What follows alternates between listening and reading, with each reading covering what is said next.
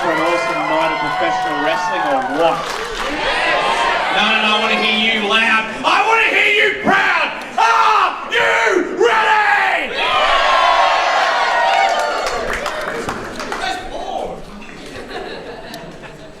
Then let's get to it. Highest Honours opening contest is scheduled for one fall. Introducing first. Welcome everyone to Dominion Wrestling's highest honour here from the Chelsea Heights Hotel in what's a big night of action ahead. 7 action-packed matches, and we are starting with Code of Honour led by Magnus Kohlberg and Mitch Connors.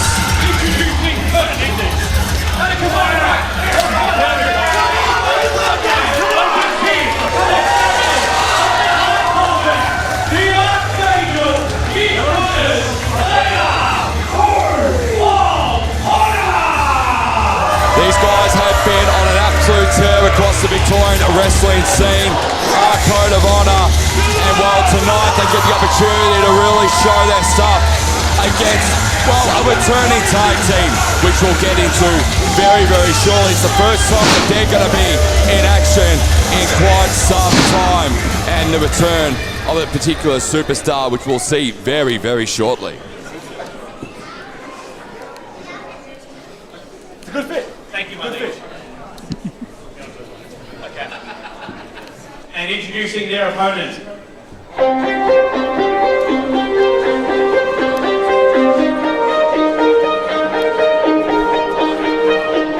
And now for our featured presentation.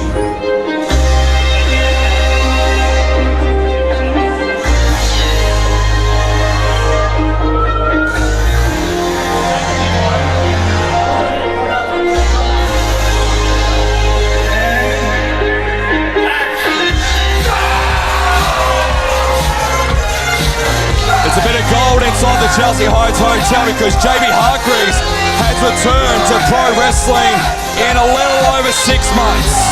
And speaking of returns, we're back here at Dominion Pro Wrestling. It's the genuine Van Cleef joining Mr. Thompson on commentary. And their opponents.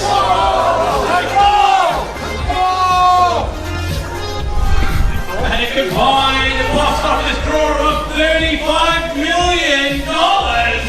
The team of the director, JB Hargreaves, and the Golden Dog, they are Hollywood Gold. Hollywood Gold back for the first time in nearly a year.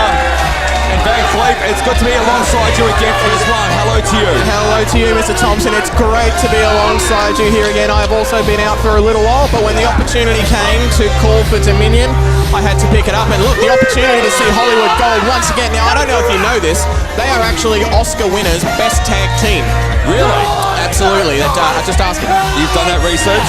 Oh, I asked them and they told me. But it might not be true though. Well, why would they tell lies, Hollywood Gold? Fair enough. They look like genuine people. They do. They are very genuine people. A big night of action, 7 matches, and we're starting things off with some tag team action, and looking forward to the 5-pack a little bit later on as well, the 5-pack match, which is going to be really good. And then, of course, their main event tonight, Nemesis. I don't even know who their third person is just yet. Yeah, but look, it's not going to matter taking on conflict next. Big night of action here, and we are underway here for the first match. Here at Dominion Wrestling presents Highest Honour live from the Chelsea Heights Hotel. And a bit of sportsmanship in the early goings here from Code of Honour.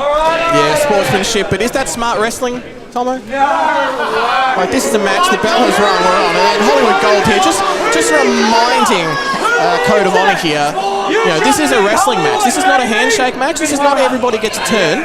This is a challenge, a physical sport. They're trying to be friends here, and speaking of friends, there's no friends between these 2 tag teams here. Just attacking Hollywood Gold from behind, that is cheap.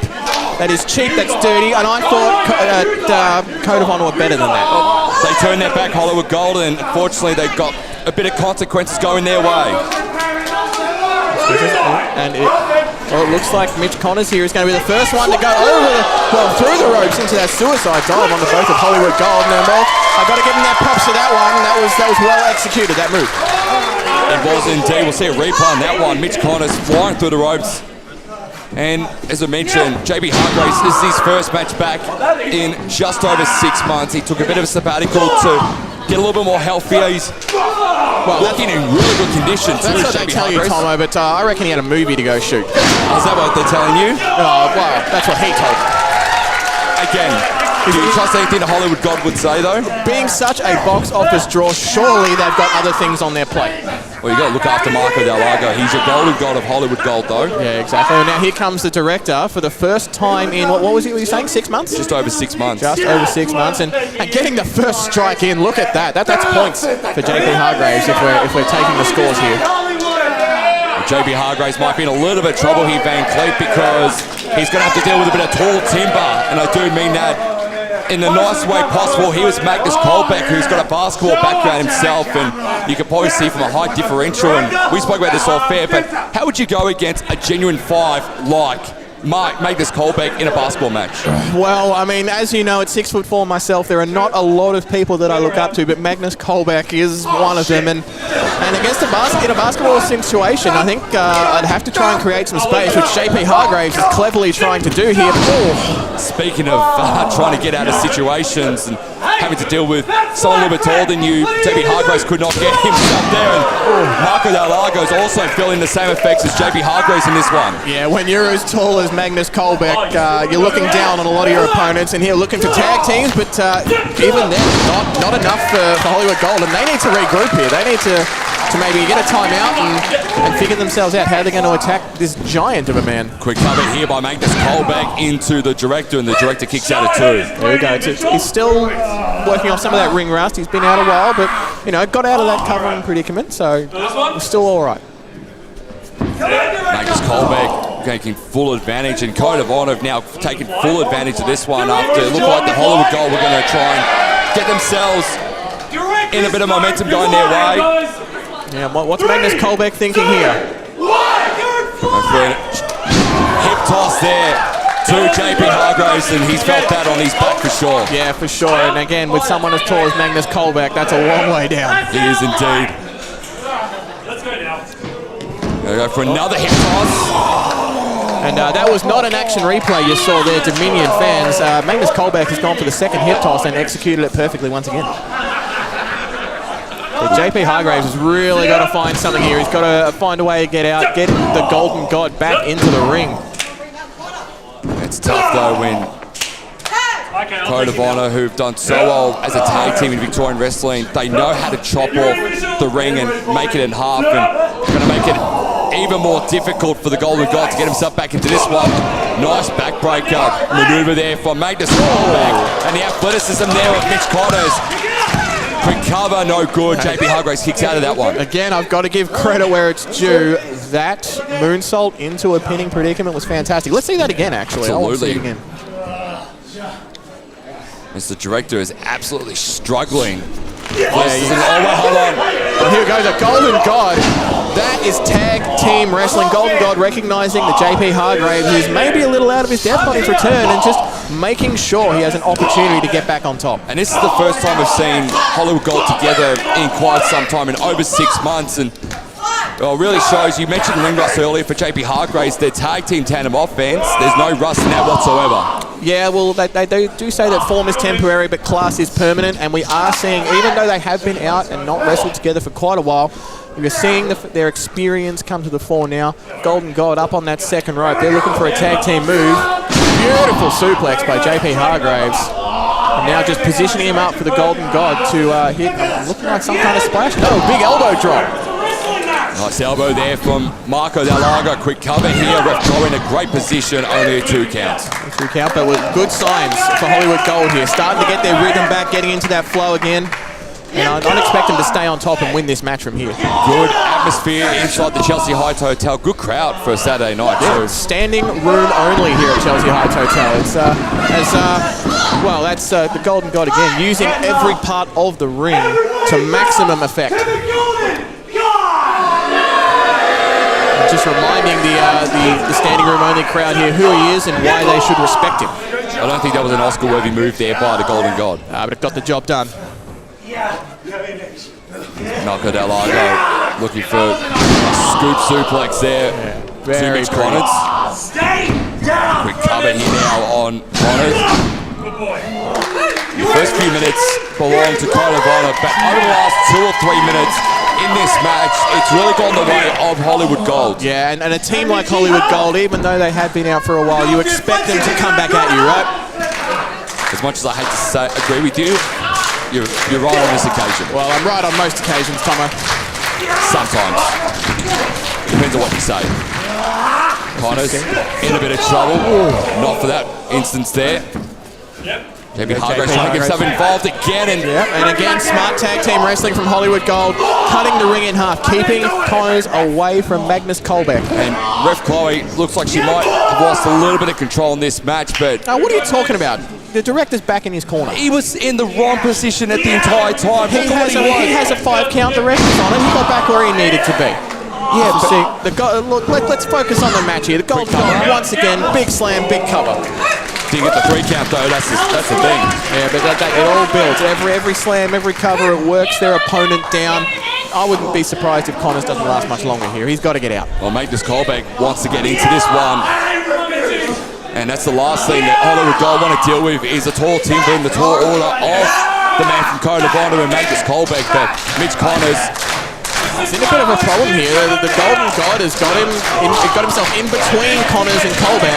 Connors trying to get a strong rock, but trying to get to that corner, and again, isolation is the key there by Hollywood Gold, and Marco Del Lago is going to make sure of it. And this is textbook tag team wrestling here, creating the 2-on-1 opportunities, but we see Connors there with a counter. Chance now here for Connors. But here comes the director. He's tagged himself in. Can he get there quickly enough? He's climbing. Connors is struggling. I think JP Hargraves is going to cut him off here. Hargraves looking at Connors. Nobody behind there for JP Hargraves. Chance now here for Mitch Connors. He's using every fibre he's been to get to his corner, and here comes Magnus Colbeck. The 7-footer is in. Discus clothesline. Hit nicely on Marco Del Lago, I should say. JP Hargraves felt the full force of the brick wall of Magnus Colbeck. And that's such an advantage, being so big that other opponents, they just run into you and do damage to themselves. Like a freight train. Nice maneuver there by Colbeck. Into a quick cover now on the director. And the Golden God makes sure that his director does not eat the pin in this occasion. Again, smart tag team wrestling, making sure this match continues. Del Lago's in a bit of trouble here. Now he's trying to show some sportsmanship. And that's the athleticism of the 7-footer, and Magnus Colbeck step up in Seguri. What a drop kick to the Golden God. Yeah, you'd have to think with a man that big, how does he get his feet up so high? Good question. Even most centers in basketball don't get up that high. No, they cannot. Colbeck might be giving him a German. Nicely done there by the director, but it did not face Colbeck in the slightest. And that's the downside when one man's been out of the ring for so long. He is fresh. He is ready to take those moves and come right back. Colbeck takes Connors back in, and the director is in a bit of strife here. Although Hollywood Gold might have equaled the play in terms a little bit here too, because on one side, Colbeck and Del Lago are going at each other on the outside, and inside the ring are the two legal men in Connors and Hargraves. Big back elbow from Mitch Connors there, handspring into the ropes, but Hargraves there to catch it into a big German suplex. Get to the cover, director. That's the match, surely. Nice counter there by the director, JP Hargraves, and now the Golden God's back in the ring.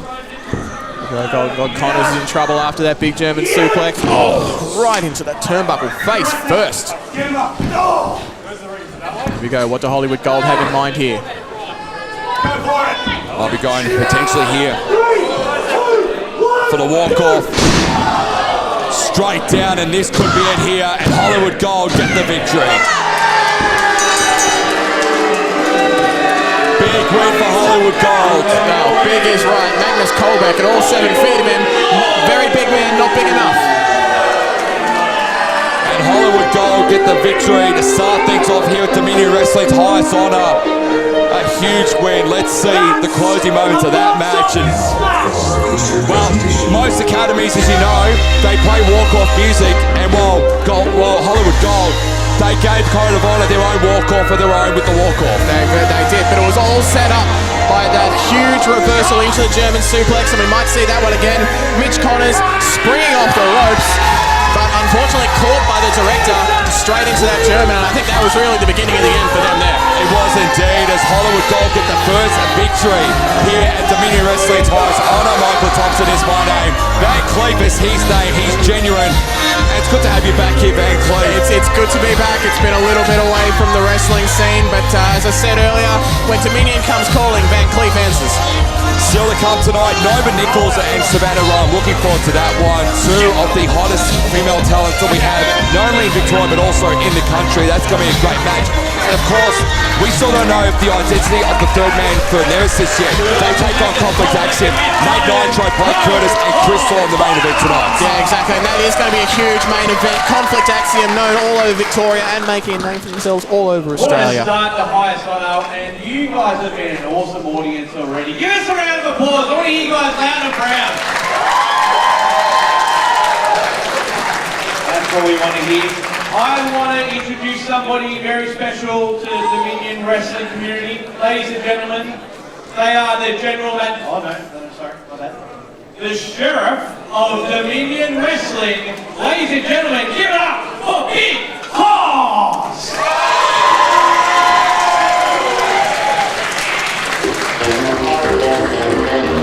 Sheriff's in town, Van Cleef. You're going to be on your best behaviour here. I'm always on my best behaviour, but Sheriff Hoss here, he has a mortgage on the Dan Bond Championship, I'm led to understand. That's why I'm hearing too. Look at the swing of Sheriff Hoss, and look at he's in a real Western mood tonight, isn't he? Yeah, he looks like he is loving life at the moment, is Big Hoss Husey. Coming here with his sheriff attire and laying down the law of Dominion Pro Wrestling. Sorry guys, I'm going deaf in my old age. What was that? Ladies and gentlemen, thank you to each and every one of you beautiful people for buying a ticket and coming along to Chelsea Heights Hotel for highest honor tonight! Now I'm sure you've seen all the match announcements and you've been across our socials, but unfortunately it is my pleasure, well not pleasure, my displeasure to announce that Josh Redfield couldn't be here tonight in his scheduled contest against Shaun Young. But, with that being said, we do have something else lined up for Shaun Young.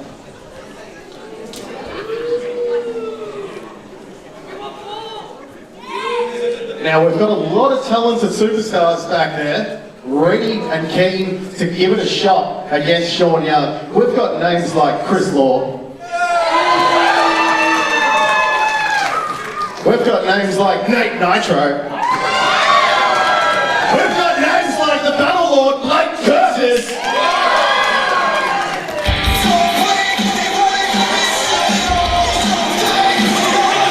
And well, here comes God's gift, Shaun Young, who of course, you know very well Van Cleef. He trained you how to wrestle, and he was your mentor at one point in time in your career. Yeah, trainer and mentor. Actually mentored me all the way to a championship, if you believe that. So I know the mainstream media want to hide that from you, but it happened. I was there.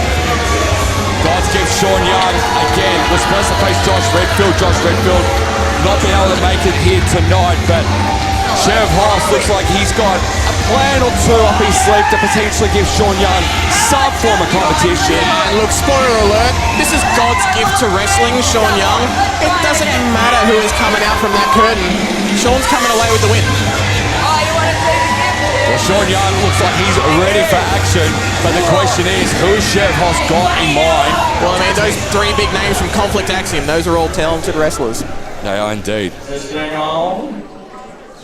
Sheriff Hoss, how are we, brother? I'm well, Shaun. That's great. You know what I hate is when you ask someone in the crowd, are you guys having a good time? Are you well? And everyone goes, yeah. The correct response is, I'm good. I don't speak midget. I may be short, but when I'm standing on my wallet, I'm this high, so shut up. Alright, so, I heard what you said. It's such a shame that Redfield couldn't be here, so that's good news for me. So I just came out to here to tell everybody I'm sorry. I know you guys came to come and see me, but as Hoss said, I'm not going to be wrestling, so thank you very much. I thought I'd just make the fee appearance and I'll be done. Where do you think you're going? Oh, to the catering. There's muffins. Mate, you look good. Thank you, babies! You're tired. Oh, yeah, I'm alright. You've got your gear on. Sure do. Always come prepared. You are standing next to 6 feet tall. Oh, I am. I'm not a midget. And I reckon you've got a match tonight. Yeah, I do. Wait, what? Yeah, I've handpicked an opponent for you in the wake of Josh Redfield not making it here tonight. Yeah, no, I'm good, thank you. Yep, here.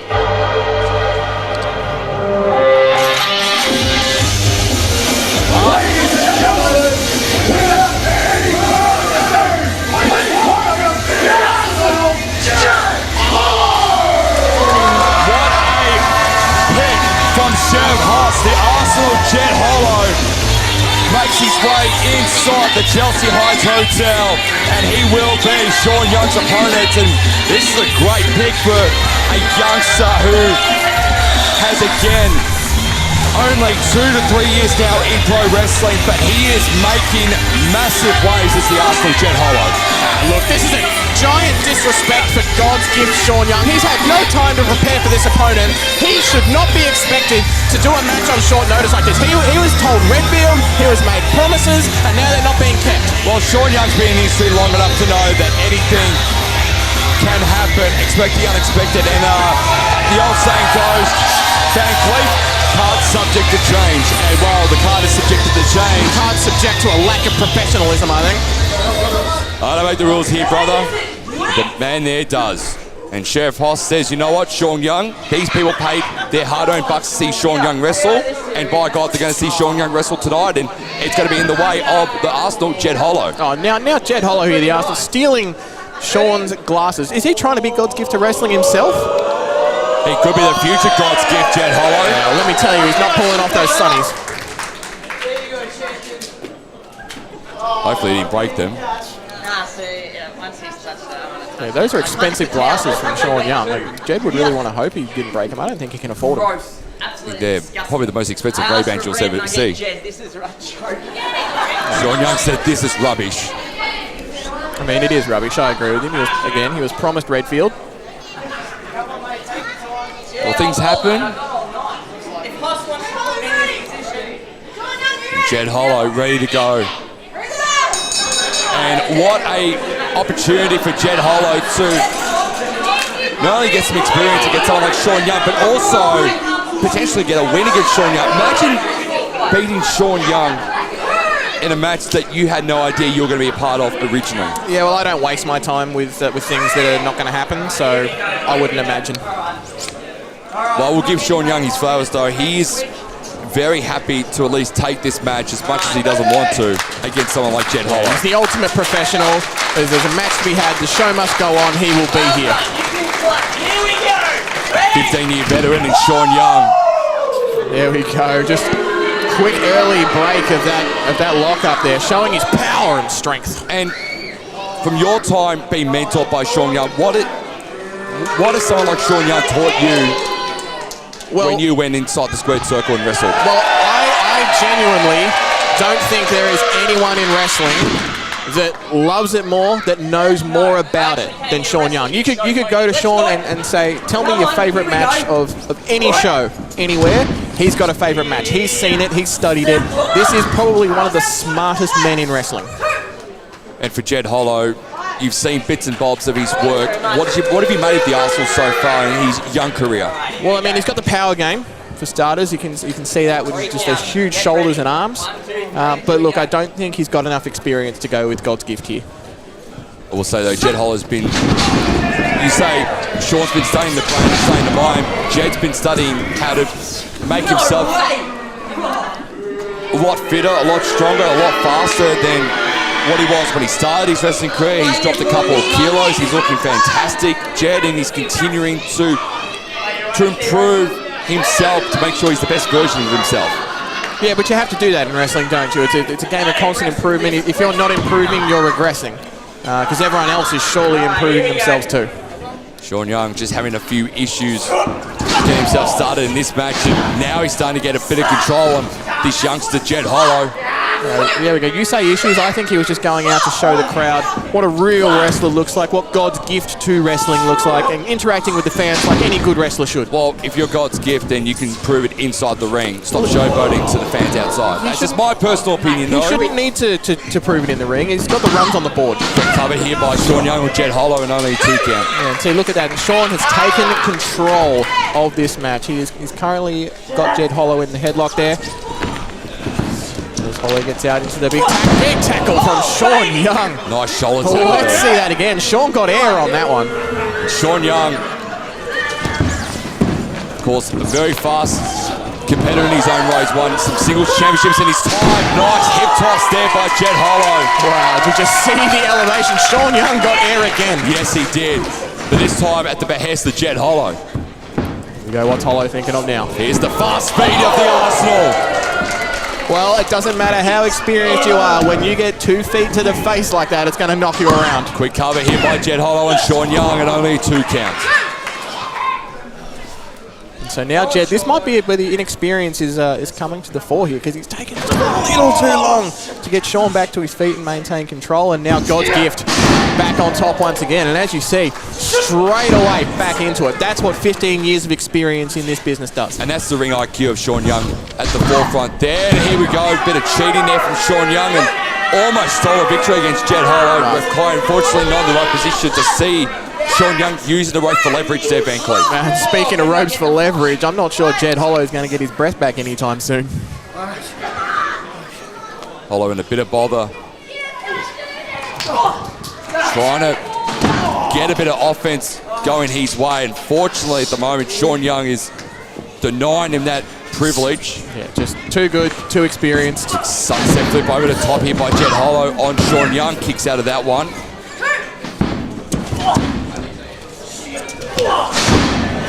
Big clothesline from Jed Hollow, and that's that power I was talking about earlier. With arms that big, it's going to do some damage. It is indeed. Oh, but again, the experience of Shaun Young going for that knee. Big man fall hard. With a leg drop there by Shaun Young. Quick cover. This could be a hit for Hollow and only 2 count again.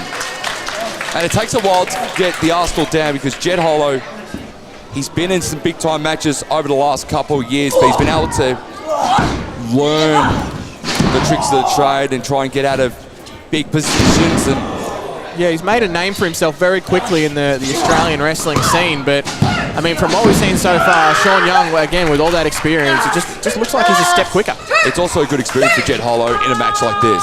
Well, it's a great experience for anyone to lace the boots of Shaun Young and get to experience what God's gift to wrestling can do. I would say more face Shaun Young, not Lacy's boots. Well, it seems to be what's going on so far, because Shaun is firmly in control once again. Rip now into the turnbuckle of Jed Hollow by Shaun Young. Quick scoreboard here by Jed. Might try and behest the master in Shaun Young. Trying to steal a win from nowhere. Goes underneath. Nice uppercut there by Jed Hollow. A double axe handle there as well. He's fast, he's quick, he's frenetic, the Arsenal. And Shaun Young's filling out in real time right now as the fans are firmly behind the Arsenal. Yeah, those quick feet of Jed Hollow, it's hard to get around them once he gets going. Try to go underneath. Shaun Young gets out of dodge for the time being. And again gets out of dodge. That's the experience again. Nice baseball slide drop kick there by Shaun Young. Yeah, he loves those drop kicks and those slides. Very aggressive. Even on moves that other people would consider defensive moves, Shaun finds ways to get aggressive on him, and that's what makes him so strong. Good cover here by Jed Hollow using the tights. Wait.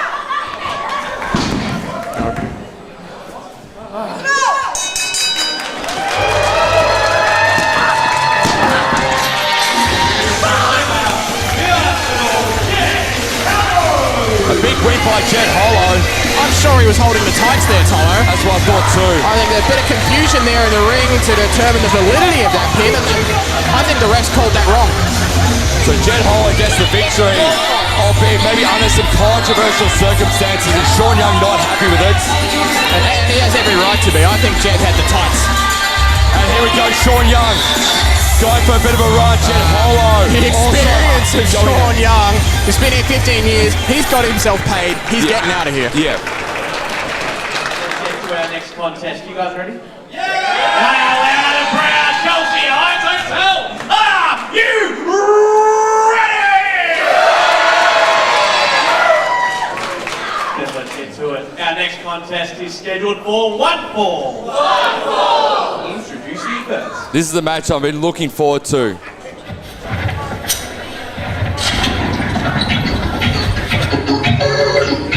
And well, the last time you saw this particular person, she's moved on to bigger and better things, aka First Lady of Cooter Country, Nova Nicholls, who, well, we'll hold that thought for the time being.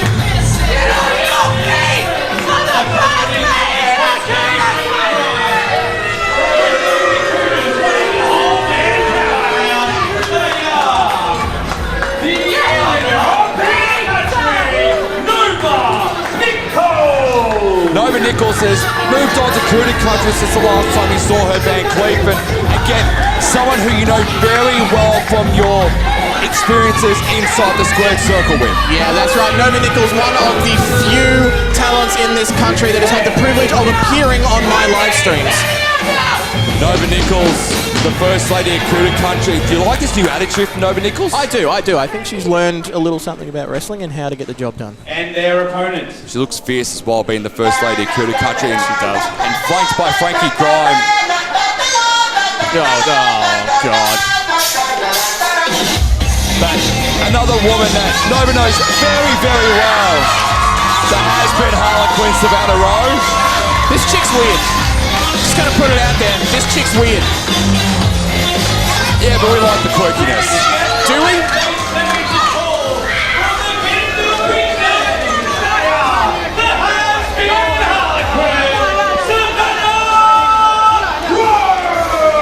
I'm a fan of quirkiness, and I'm a fan of someone like Savannah Rowe. How can you be a fan of someone who is... I don't know what's going on in her head, but it seems day by day she's a different person. One day you get this Savannah Rowe, one day you get another Savannah Rowe. Like, what's going on in her mind? You've just got to read her better, thankfully. And unfortunately, people like Nova Nicholls and people who've been in the ring with Savannah Rowe, they just don't read her well. And that's their problem. Not her problem, that's their problem. They put me against you!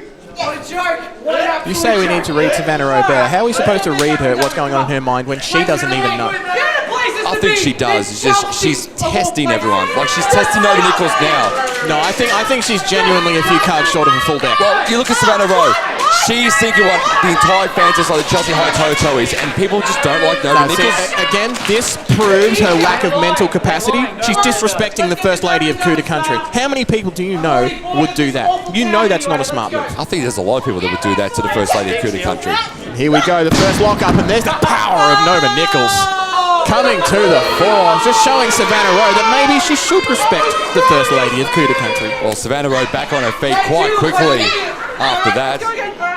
Yeah, probably one of those voices telling her to get up.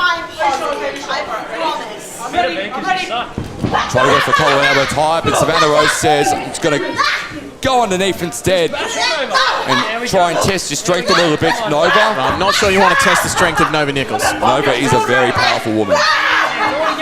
Here we go, those voices in Savannah's head screaming pain right now with that hold, and now Nova into the waistlock.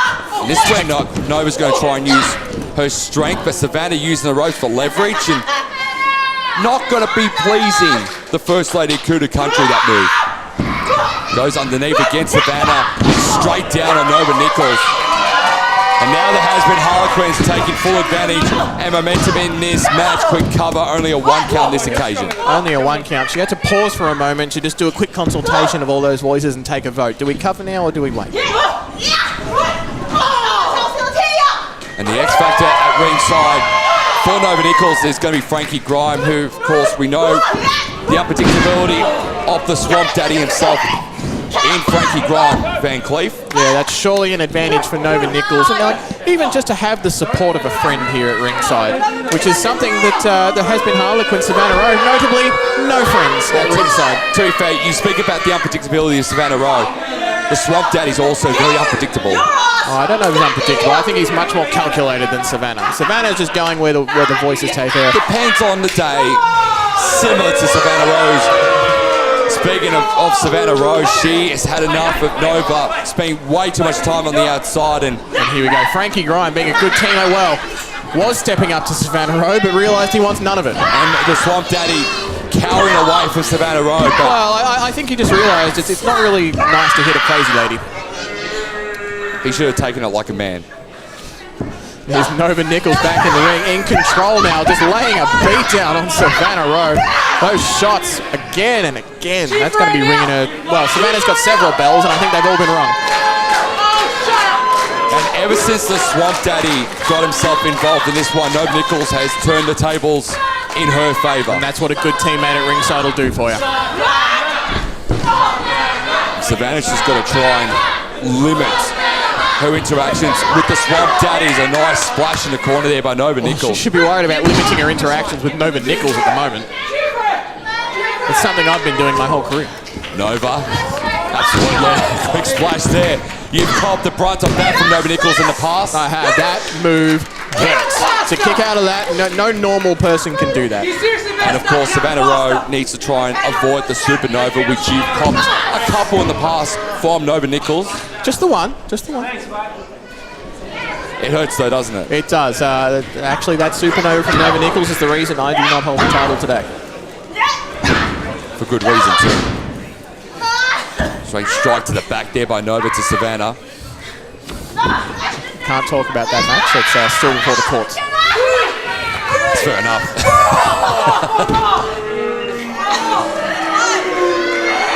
Nova Nicholls taking full advantage in this match. And, well, the fans are not too pleased with Nova's standing actions. room only crowd here, letting Nova know what they think of her. And, well, I think they're all lining up for a beating from the First Lady of Kuda Country themselves. Well, Nova's just got to stop pandering to the fans and actually just focus and be switched on. Locked in, as I like to call. Oh, that big sidewalk.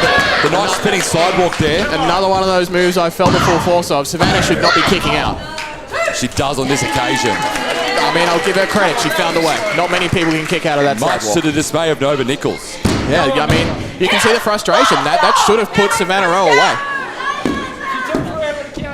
Of course, Nova wants to get the victory for the Kudas to head back to Kuda Country, even though at the best of times, nice belly to belly there by Savannah Rowe. Quick cover here, and only a 2 count on this occasion. But apparently, everywhere is Kuda Country, and they try and Nova wants to make Chelsea Kuda Country. Chelsea is Kuda Country. Everywhere the Kudas appear is Kuda Country. I think if they get a victory tonight, you can call Chelsea Kuda Country, but that is if they can get the win tonight. Nah, from the tip of Cape York to the very end of Wilson's Prom and probably down into Tassie as well, it's all Kuda Country.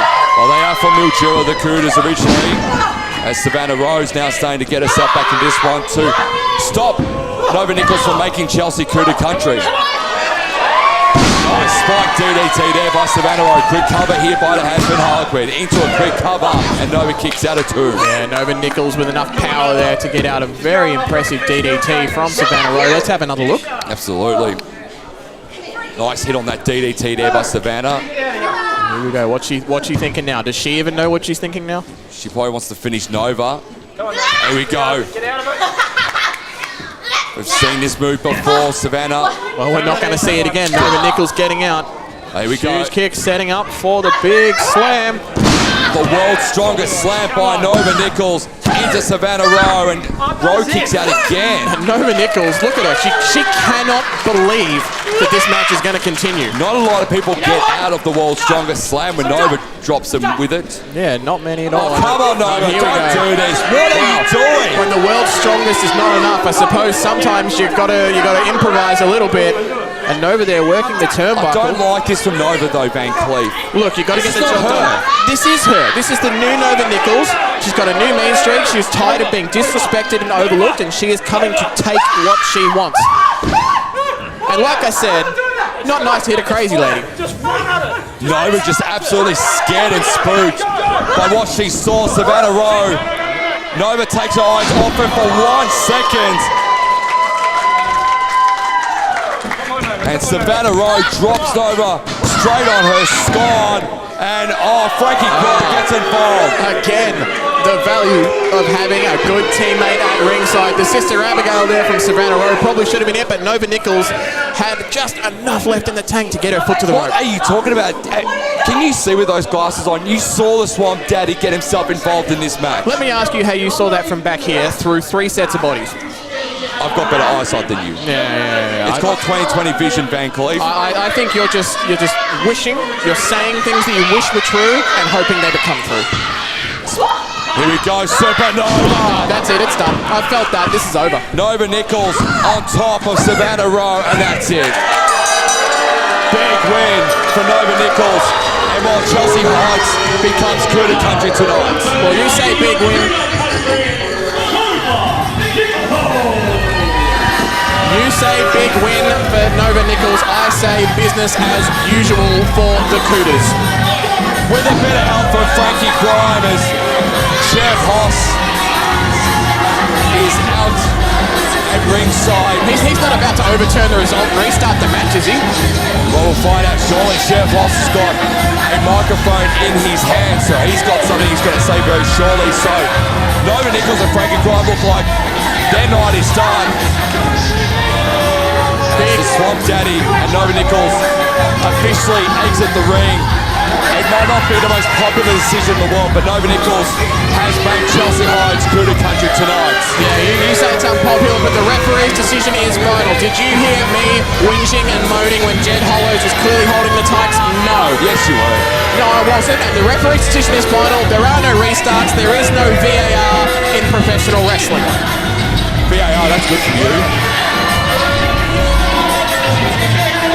Maybe we need some VAR in wrestling. No, I think that'd ruin the sport. There is some tensions heating up backstage, as you know, with wrestlers not liking each other, button heads. Our main event for tonight is going to be a 6-man tag match between Conflict Axiom and Nemesis. But at the moment, we're having a bit of trouble backstage trying to keep these guys apart.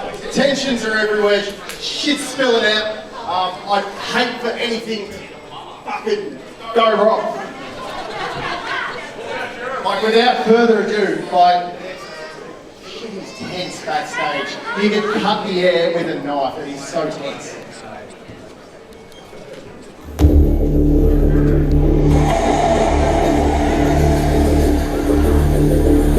Chef Hoss talks about things being tension. Well, if he's the sheriff, shouldn't he be getting back there and sorting it out? Like, do your job, man.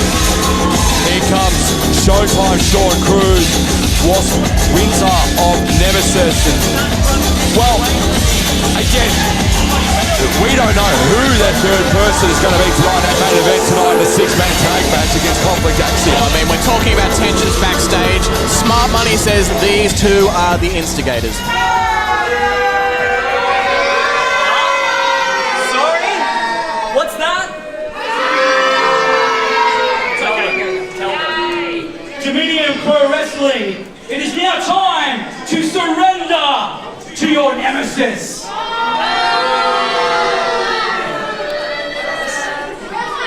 Ross, have you ever seen such a sorry, sad excuse for an audience in your life? I mean, look at you people. You look absolutely pathetic. No, I've got the microphone, sweetheart. I'll talk as long as I want. So shut up. This is our show, okay? We run Dominion. We do. But here's the thing. We had a little trouble. Well, if you'll let me talk.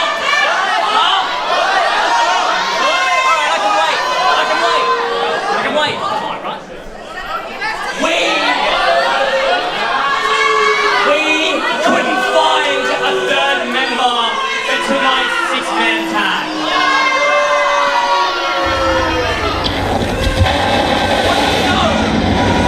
Hey, I was listening to Nemesis. What's going on? Well, I think they've been interrupted by...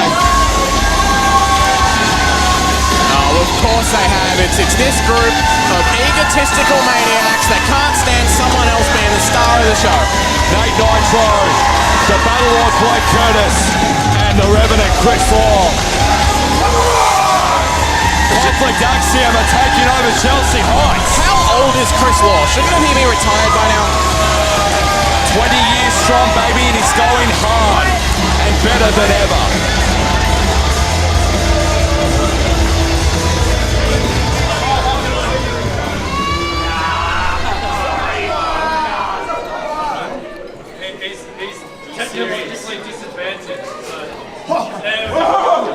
It's on! It's on!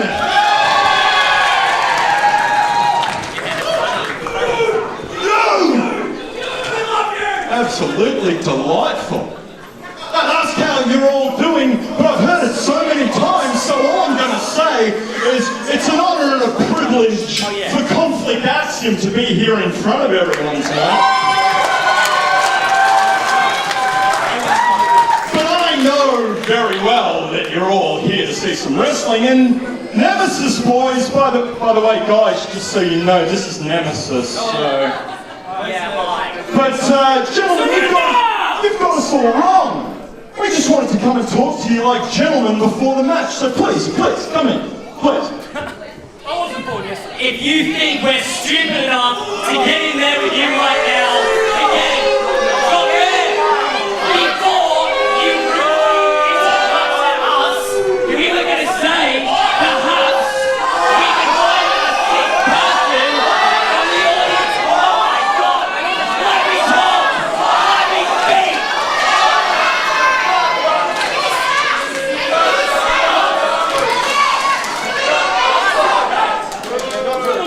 As a matter of fact, nobody in this building, no one else in this country is suitable enough to join Nemesis. You're not good enough. So sorry, tonight is going to have to be 2 on 2. No, please. Look, I promise you no one here wants to be your tag partner. But I also promise you that we will not do anything, we're not going to blindside you, we're not going to rake your eyes, we're not going to hit you below the belt. We just want to talk. Please, indulge us, please. So what do you call this? Are we not talking right now, Chris? Come on, Manson. Please.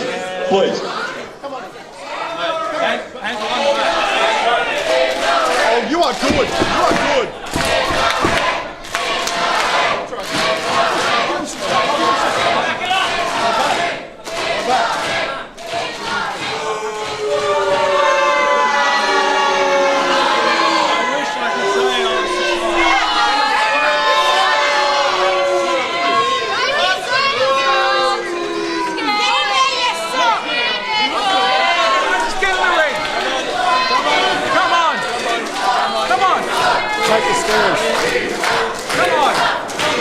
Gentlemen, please, let's get this moving. Guys, come over here. Yeah, guys, over here. Come on. We're over here. Come on. We'll give you the ring. There you go. Oh, that's cool. You can stand there. Look, here's the deal, guys. Look, everyone came here to see you and your mystery partner get your asses kicked. So it appears to me that you're not popular enough to get a tag partner, which is fine by us. But gentlemen, I know what you're thinking. Deep down, you're thinking, wow, the Battle Lord Blake Curtis, the boss of NOS, Nate Nitro, and Revenant Chris Law, those are 3 of the best looking men I've ever seen in my life. But I know you're also thinking, can they fight? If it's only you two, we're all ready to go. I don't think we need to wait till the main event. So how about you jump in the ring and let's do this now. Come on, let's go. Come on. Okay. The Conflict Axiom want to go to war now with Nemesis. Well, they're looking for a third man for their team tonight. Tomo, did you bring your gear? No, I didn't. Ah, foolish, you see. That's one of the first rules of indie wrestling. Always bring your gear. Why don't you get in there? Didn't bring the gear. You had one job, man, please. Yeah, my job was to be here and offset a bit of you. I wonder who the third man's going to be for Nemesis. That's the question. Well, I'm sure there's plenty of young wrestlers out there looking to grab an opportunity if I was in their shoes. Maybe Big Hoss Husey. We've seen him in the ring once or twice at other promotions. He knows what he's doing. I think we're going to get this match. It could be 3-on-2. Well, that's just not fair for Nemesis. Oh, come on. Wisely. See, that's smart decision, smart wrestling. And the crowd here, bunch of idiots. Why should they be obligated to jump into a 3-on-2? Come on now. Use your noodle for Nemesis asked for it. They did not ask for a 3-on-2. They asked for a 3-on-3. There's no third, no match. So now they've got a little bit of time until then. Whoa!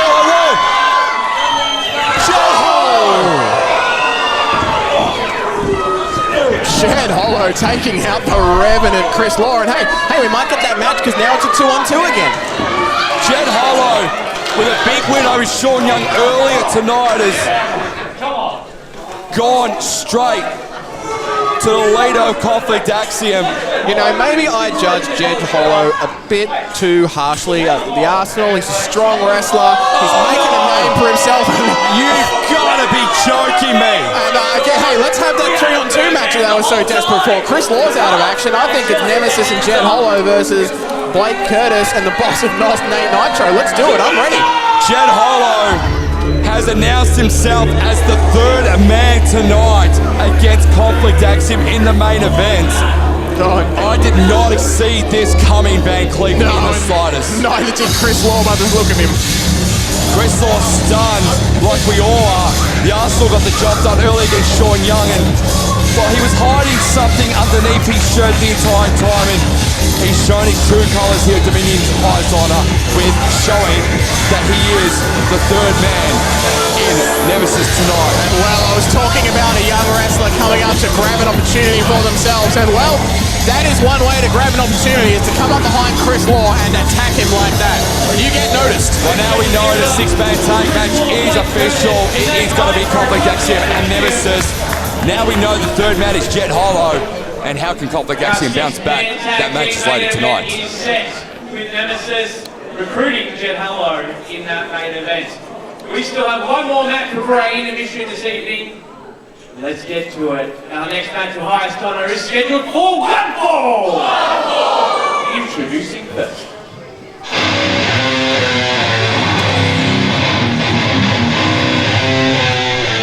He's one of my favourite wrestlers right now in the entire country, Van Cleef. Yeah, but he's from Tasmania, so like, ew. Not this guy. Oh, this guy. The Southeast Sinner. Well, I got my wires a little crossed there. I apologise. Weight 95 kilograms.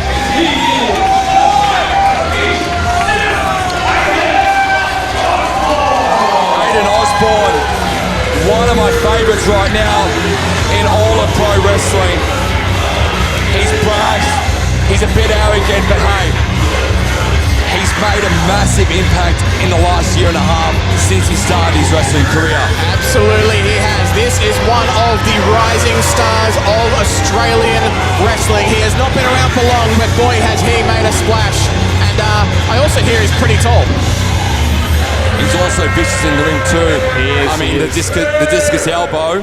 Once if you get on the back of that one by Aiden Osborne, it is good night, Irene. Exactly. He's a man I've had my run-ins with, but I'm glad he's showing this this new side of himself. Now, speaking of the man from Tassie, and I say again, ew, why?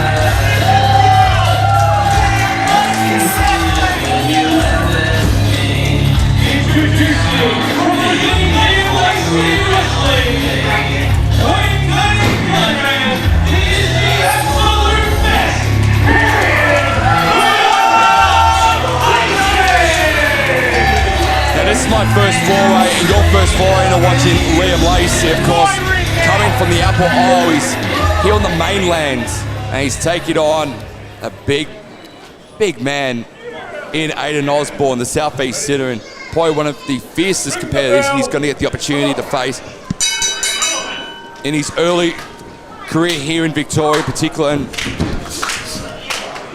Aiden Osborne, we know him very, very well, and how much of a massive impact he's been able to make in the last 18 months is spectacular. But for Liam Lacy, how do you try and cut down the redwood in Aiden Osborne in this match? Well, it's a man I've had my own share of run-ins with, and you've really got to target the legs and take away his vertical base. And again, if you take away the legs, that discus elbow that he's going to throw at you, no power behind it because he can't get that leg work and footwork happening. And he's also one of the most vicious, but I mean, you've also had some pass across in the past as well. Well, as we said of Nova, Aiden is also one of the few talents who's had the privilege of appearing on my live stream. You're really having that up tonight, aren't you? You're really wanting people to remember the live streams. I've got merch to sell, Tomo. Well, you're not putting the live stream up so far tonight for this one. No, I only do that when they're in the ring. And to be honest, you're not worth the live streams. Here we go, Aiden. I thought I had a chance tonight, but big tackle from Liam Lacy as we get back to the ring now. Not to be. Aiden Osborne going for that drop down, but Lacy aware of it. Just speaking of strength, picking Liam up Lacy throwing Aiden Osborne back down to the mat. But it's going to take more than that. Aiden Osborne is in wrestling in many promotions, including deathmatch promotions. We know this man can take punishment. He can indeed, and Liam Lacy made a name for himself over in Tasmania and starting to make his name on the mainland. Yeah, look, I've got no problem with foreigners. This man's Tasmanian. It's on Tasmania. A lot. Like, I'm surprised. Like, what's he done to hide his second head? What are you talking about? Tasmanian. It's a thing they do. Never heard that in my entire Never life. heard that? You need to get down to Tassie more then, because they actually sell merch about it. I've only been to Tasmania once, and that was for a school camp back in year 8. Okay, well, maybe you should be a professional and get back in the ring, because Liam Lacy's still in control with that nice little takedown of Aiden Osborne into the headlock. And Aiden's got to find some way to get out of this. He's struggling early on, and I really wasn't expecting that. He's been stunned. Here we go, looking to break out and reverse into an unusual little hold. Shoulders might be... Yeah, I thought the shoulders were down originally by Aiden Osborne, and Fisher was in the right place at the right time for that one, but Aiden Osborne able to get back to a vertical base and try now get some form of momentum being shifted back his way, and a cheap shot in the turnbuckle, and Liam Lacy fending off a little receipt of his own, and now it's starting to get physical between these two competitors. I'm not sure this is very smart from Liam Lacy, trying to challenge Aiden into a straight-up slugging match. Well, Liam Lacy's taking it to the Southeast Centre. Nice uppercut there by Liam Lacy. Now Aiden Osborne again needs to find some way to turn this around. And that'll do it! Big clothesline from the Southeast Centre, the local boy. And well, the local crowd are not getting behind their hometown hero tonight. Let's see that clothesline again. As brutal as you would think it would be for Aiden Osborne to feed you a clothesline like that. Liam Lacy. He wants a second. He wants another one. Come on. Big forearm shot. I was going to say, you might have your hatred towards Tasmania, but Tasmanians, they are as tough as nails, and Liam Lacy showing why Tasmanians are very, very tough from where they are and when they've come from. Yeah, I mean, it is a long swim to get across the mainland. I don't think they've discovered airports yet in Tasmania. So, yeah, he has gone to a lot of trouble to be here tonight, and I appreciate that. But at the end of the day, he's come to lose to Aiden Osborne. Like the big man from the southeast representing his local town. There's no way he takes the pin tonight. And at the moment, it looked like Liam Lacy was going to get the momentum swifting his way, but Aiden Osborne has halted that momentum. Yeah, cutting him off once again. That's smart wrestling, recognising the momentum's coming against him and just slowing it down. And this is where Aiden Osborne likes to just slow the pace of matches down, but Liam Lacy's getting back to a vertical base yet again. Oh, he's going to beat that. And that was an ugly throw to the middle turnbuckle. Face first from Aiden Osborne, again recognising momentum might be starting to swing and just slowing that pace down. Back to this methodical, brutal beatdown of Liam Lacy. And Lacy might have a bit of whiplash from striking that middle turnbuckle. He is struggling. He looks like it's really rocked him, and that'll make it even worse. If you didn't get whiplash from the turnbuckle, you definitely get whiplash there from the middle rope there, Van Cleef. And you've got a couple of whiplashes in. It's your not pass. It's not good, nice. is it? It's disorienting, and then you get hit by the ropes. You can't breathe properly to get the oxygen back in and get your bearings again. Liam's going to struggle here for the rest of the match, I'm going to say.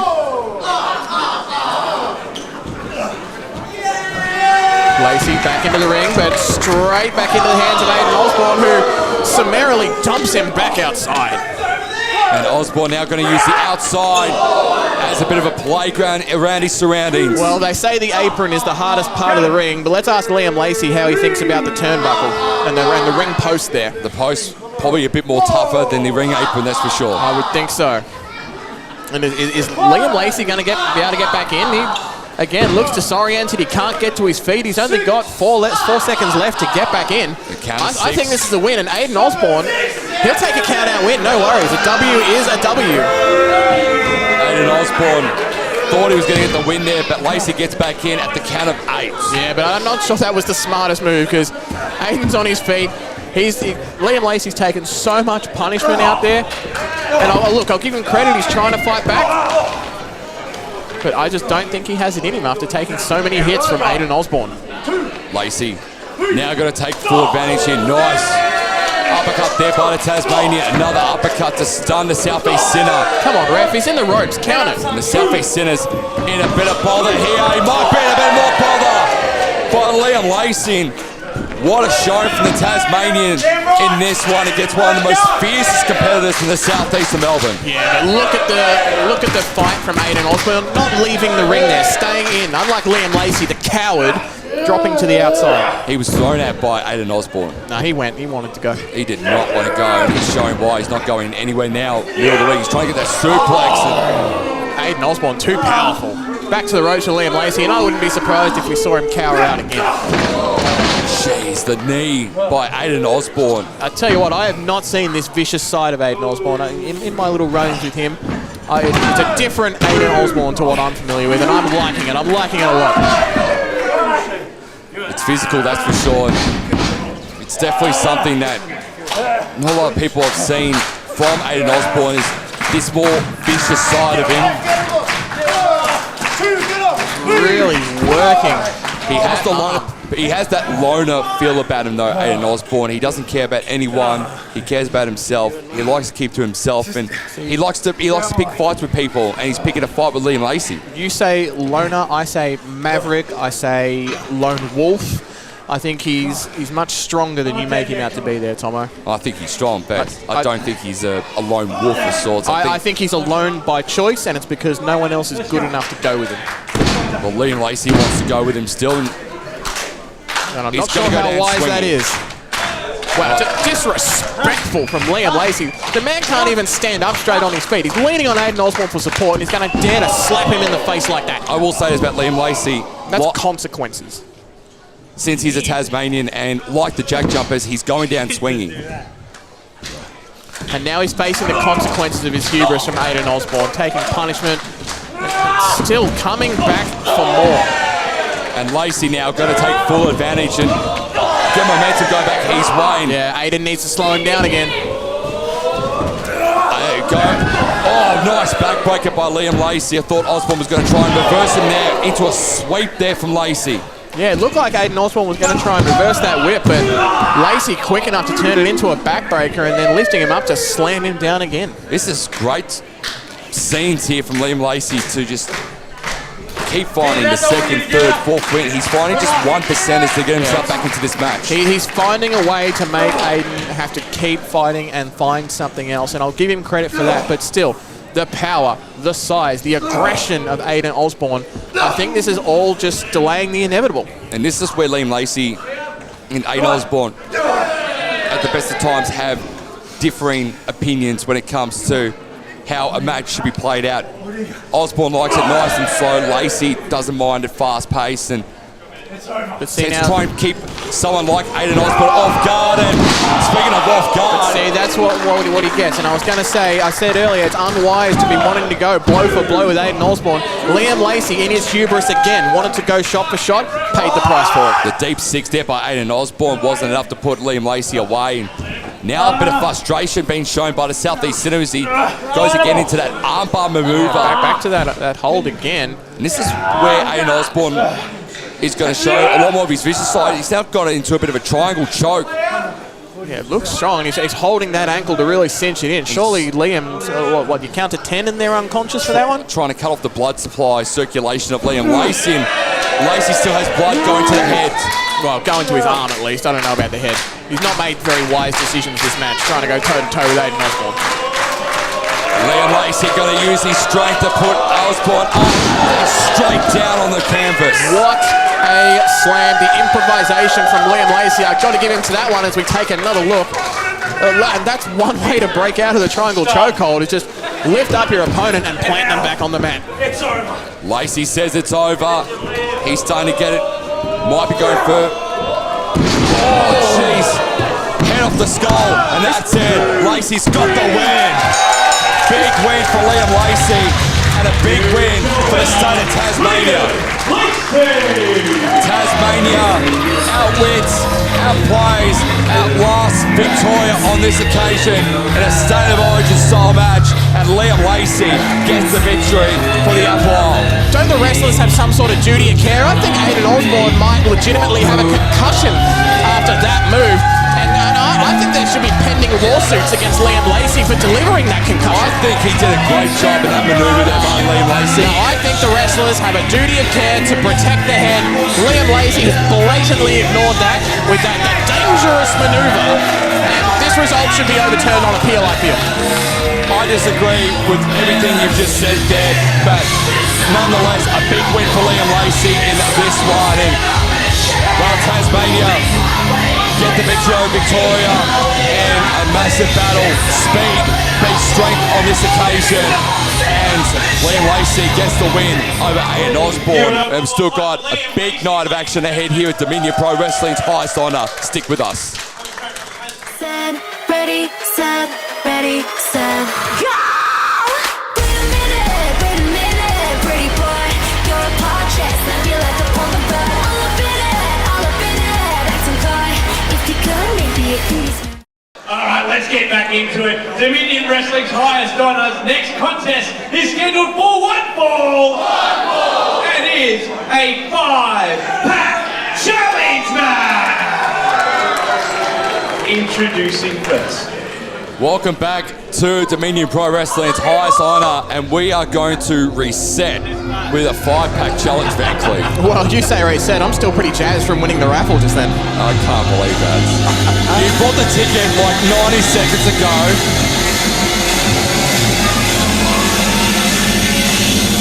And you are being given your prize. Yes, thank you. I'll take that. Thank you. I paid for the ticket. Give me my prize. Thank you very much. Thank you, Dominion.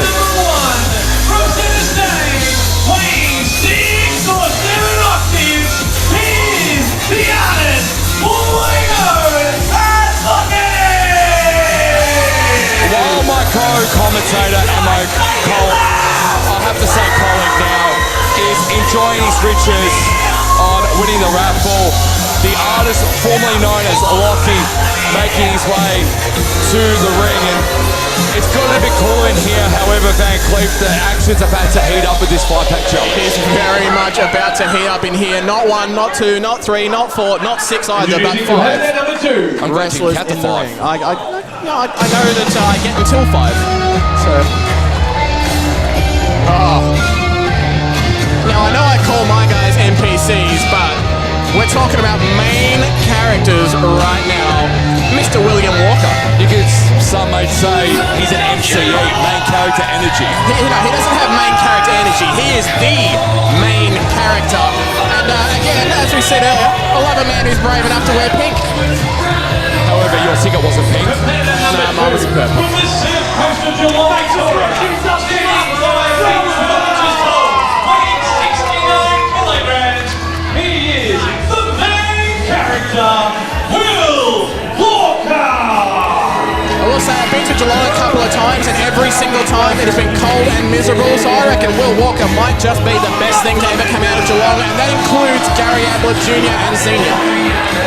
And Will Walker, unfortunately forgetting that there's some live projections from where he was. He almost knocked out an expensive piece of equipment, which, again, send a bill to Sheriff Hoss if Will Walker does that. I think that's what the raffle money was for. Yeah. And Introducing competitor number 3. if you would like to take home one of these lovely prizes, just join the raffle next time at Dominion. Take your chances, you never know. Here's one of my favourite young stars, the Camilla Warrior himself, Jackson Wild. Yeah, well, Jackson Wild, a young man, has made a splash in many promotions around Victoria and Australia. And he's only, what, 18? I think his mum still has to drive him to shows. He's just turned the age of 18. Yeah, but He is the Camilla Warrior, Jackson Wild! A proud First Nation Indigenous athlete is Jackson Wild. He's so proud of where he comes from. yeah, he shows a lot of pride in where he comes from, but I think he's going to be outmatched tonight, especially with the main character, Will Walker. Competitor number 4.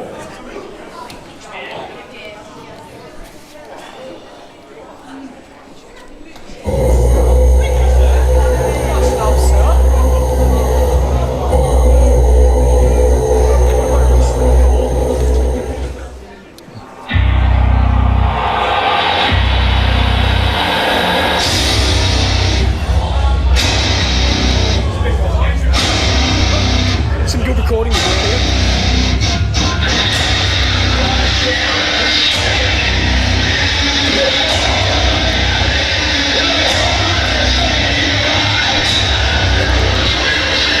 In the ring right now, you might not see much of it because it is dark where we are, but here is MJ Russo.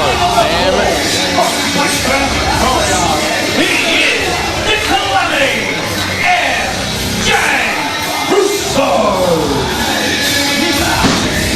MJ Russo, you know what? He came up to us earlier during the intermission and said, it is all right if we call him vile. It's okay if we call him slimy because he is those things. And you could see it in him And too. introducing the 5th and final competitor.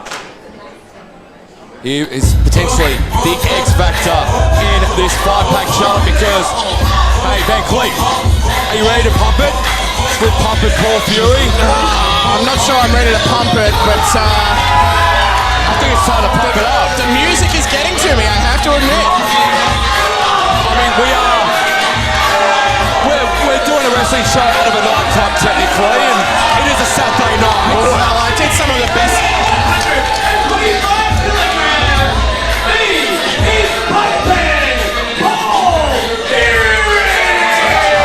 did spend some of the best years of my life in nightclubs on a Saturday night. There are several toilets that I'm not allowed in anymore. I feel very sorry for those nightclub owners who had to deal with your you-know-what over the journey. Yeah, look, I've had some fun in those places, and here we go with the 5-pack. I'm glad someone's had fun. We are underway here at the 5-pack challenge. The crowd firmly behind Paul Fury here, but I'm not sure it's the smartest idea letting him know who their favourite is, because I'm getting the feeling the other 4 might be aware of it and about to target him. He's the X factor in this match. He's got that vibe about it. You've got to take out the strongest, the most, you would say, the biggest, most furious competitor in this one. Look, it's strategy 101. Take out the strongest competitor. Lockie asking if everyone knows that Will Walker's a wanker. That's very uncouth. This is a family show. We shouldn't be talking like that. We've got to keep it to sexual references using no dirty words. Test the strength. Let's go. Come on, boys. Test the strength. Thank you. Score 1 for me on that one. Thanks. Circle gets the square on this occasion. All right, here we go. We're in. We're starting. It's a 5-man test of strength. You don't see that very often, but here we go. We'll see who's got the war of attrition out of these 5 competitors. I mean, you've got to think it's Paul Fury, right? There he goes. like an electric shock from Paul Fury all the way around the circle. That is the power of pumping Paul Fury. Pump it up as he likes to go through his mantra. Will Walker and MJ Russo. Looks like they've had enough. Yep. Paul Fury takes out Russo and Will Walker. They'd had enough, but they got a little more in anyway. And Lockie and Jackson Wild. And now Jackson and Lockie happy to work in tandem on MJ Russo and Will Walker. Now, this is just not fair. Pumping Paul Fury, well, it is every man for himself, but you can form these short alliances in matches like this, Van Cleef. I mean, you've done it in the past. I mean, some of the matches you've done. You've formed short alliances, especially in Rumbles in the past. I have, but I've got to say, like, I'm not sure I want to go to the final three with Paul Fury. He'd be pretty tough to take on. Pretty tough to beat.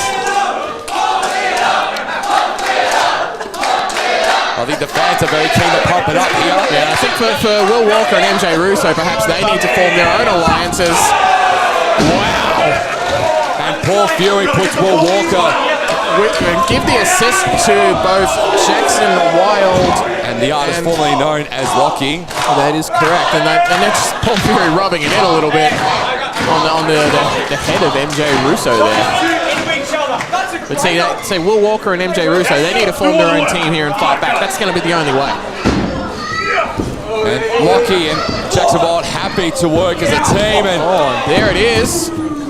Nobody home for both men. And here comes MJ Russo and Will Walkers. They duck underneath and Paul Fury takes out both young competitors there in Lockie and Jackson Wild. And now MJ Russo and Will Walker again. As I said, the opportunity can arise yourself in these kind of matches. Form a short form alliance, try and take out the threats, and then leave it to you guys as Paul Fury goes straight to the outside. MJ Russo quick to capitalize. That is, as we said before, slimy. It is underhanded. He's formed that alliance with Will Walker and immediately broken it when it was convenient. MJ Russo going with an Olympic slam there. Couldn't get the three counters. Both Lockie and Jackson Wild reading the play very well. And a bit of innovative offense there from Russo, catching the kick from Wild and sending it into the artist formerly known as Lockie. Now Lockie and Jackson Wild just gonna go to war on MJ Russo now. Wild and Lockie are happy to tussle out between these two. Yeah, because every man for himself at the end of the day, and they've both realised it, and this match is starting to break down. We're starting to see those alliances, those teams, they're falling apart. Everyone wants to get the win for themselves. They do, the 5-pack challenge. Yeah, pinfall or submission will get you the victory in this one. 5-pack challenge, it can become a team sport at some times, but it is still individual rewards. Puppet Paul Fury's felt the full brunt of that post. Yeah, smart wrestling from Will Walker with a man that size, with that speed. You've got to use his own momentum against himself. Walker getting out of the way and now firmly in control. He's got 4 men in the corner and it might be a quick trip around the ring here. He's won numerous championships over the journey, Will Walker. He is savvy, he's brash, he's arrogant. But as much as I don't like the way Will Walker composes himself in the ring, he is a very good competitor. Fantastic wrestler, the main character, and as they say, good things come in fours. Every other competitor in this match getting a quick boot on a drive-by from Will Walker. And Will Walker just realised he's in a bit of bother here because he's having to deal with not 1, not 2, not 3, not 5, but 4. Now, when you annoy 4 people at once, it's going to come back to bite you. And he's just felt the pump and head of Paul Fury. Lockie just reiterating, yes, you are right, Lockie. It is a family show. It is a family show. We only get 7 F-bombs to maintain the PG rating. Absolutely. The crowd has just spent all of them for us. Yeah, so we won't hear any more F-bombs. Hopefully. Well, Hoss did drop an F-bomb, or sound like he's going to drop an F-bomb earlier in the night, but I digress, as MJ Russo is now going to be the next man targeted. Public enemy number 1 and 2 being targeted in this one, which was Will Walker and MJ Russo. And that's why it wasn't very smart from MJ Russo there, targeting Will Walker with everyone else, because of course, once they were done with Walker, who are they going to turn to next? Exactly. So public enemy number 2 has been taken out, and MJ Russo, and again, Lockie and Jackson Wild, the more speedy competitors in this one are going to try and take out the brute strength, the puppet Paul Fury.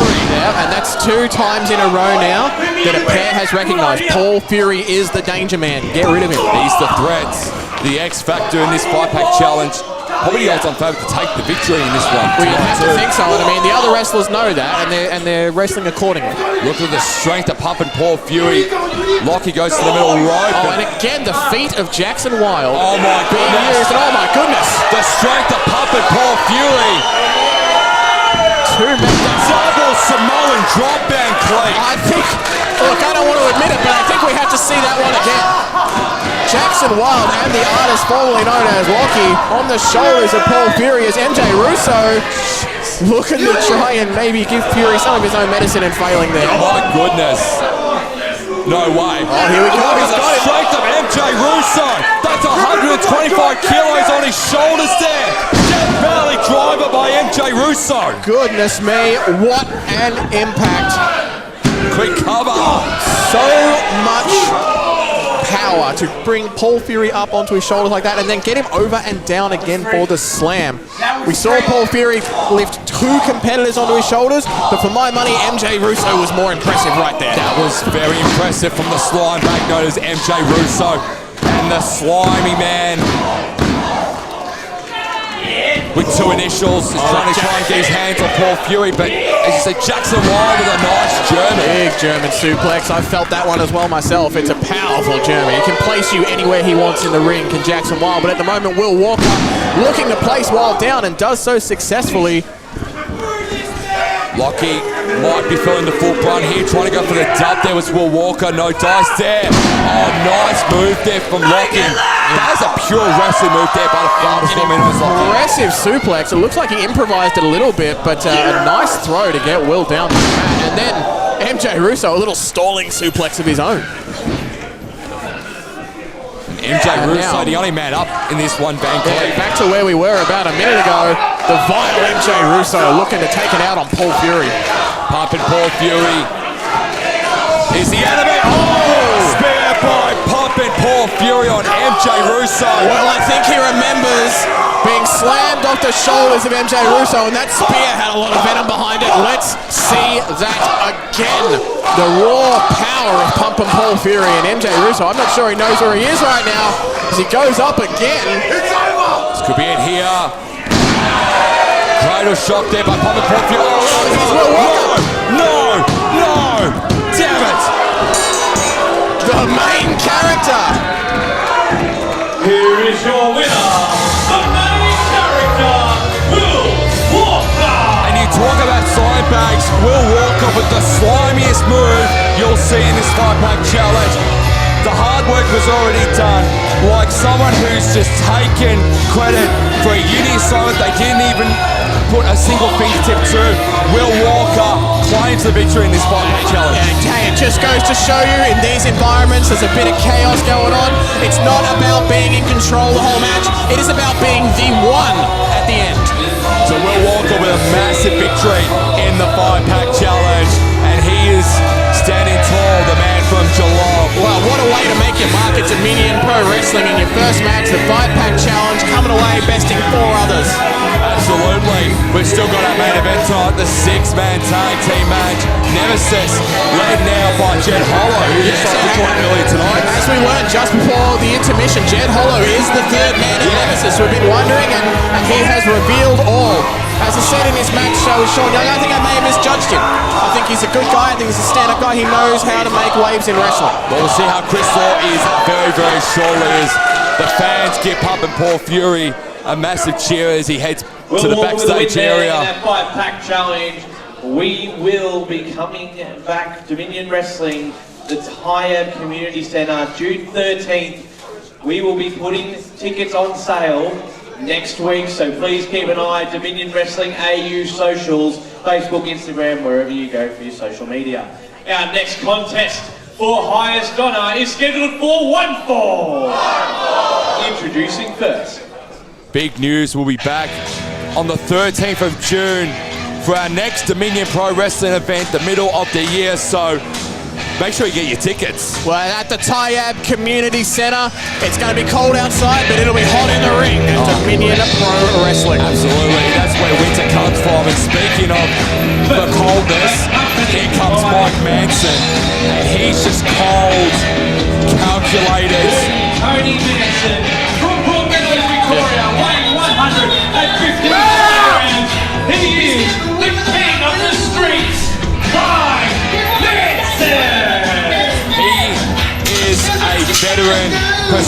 dignified, but a very cold individual is Mike Manson. You see some wrestlers walk into the ring and they just look mean, and I reckon all of those wrestlers look up to Mike Manson. He is the epitome of an angry, aggressive, mean wrestler. He's not here to get wins and losses. He's here to hurt people.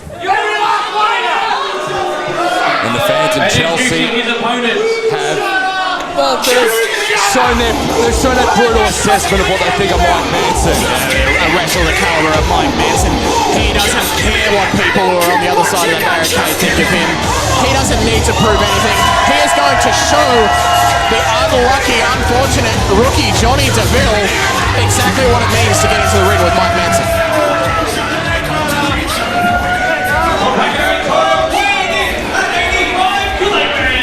This is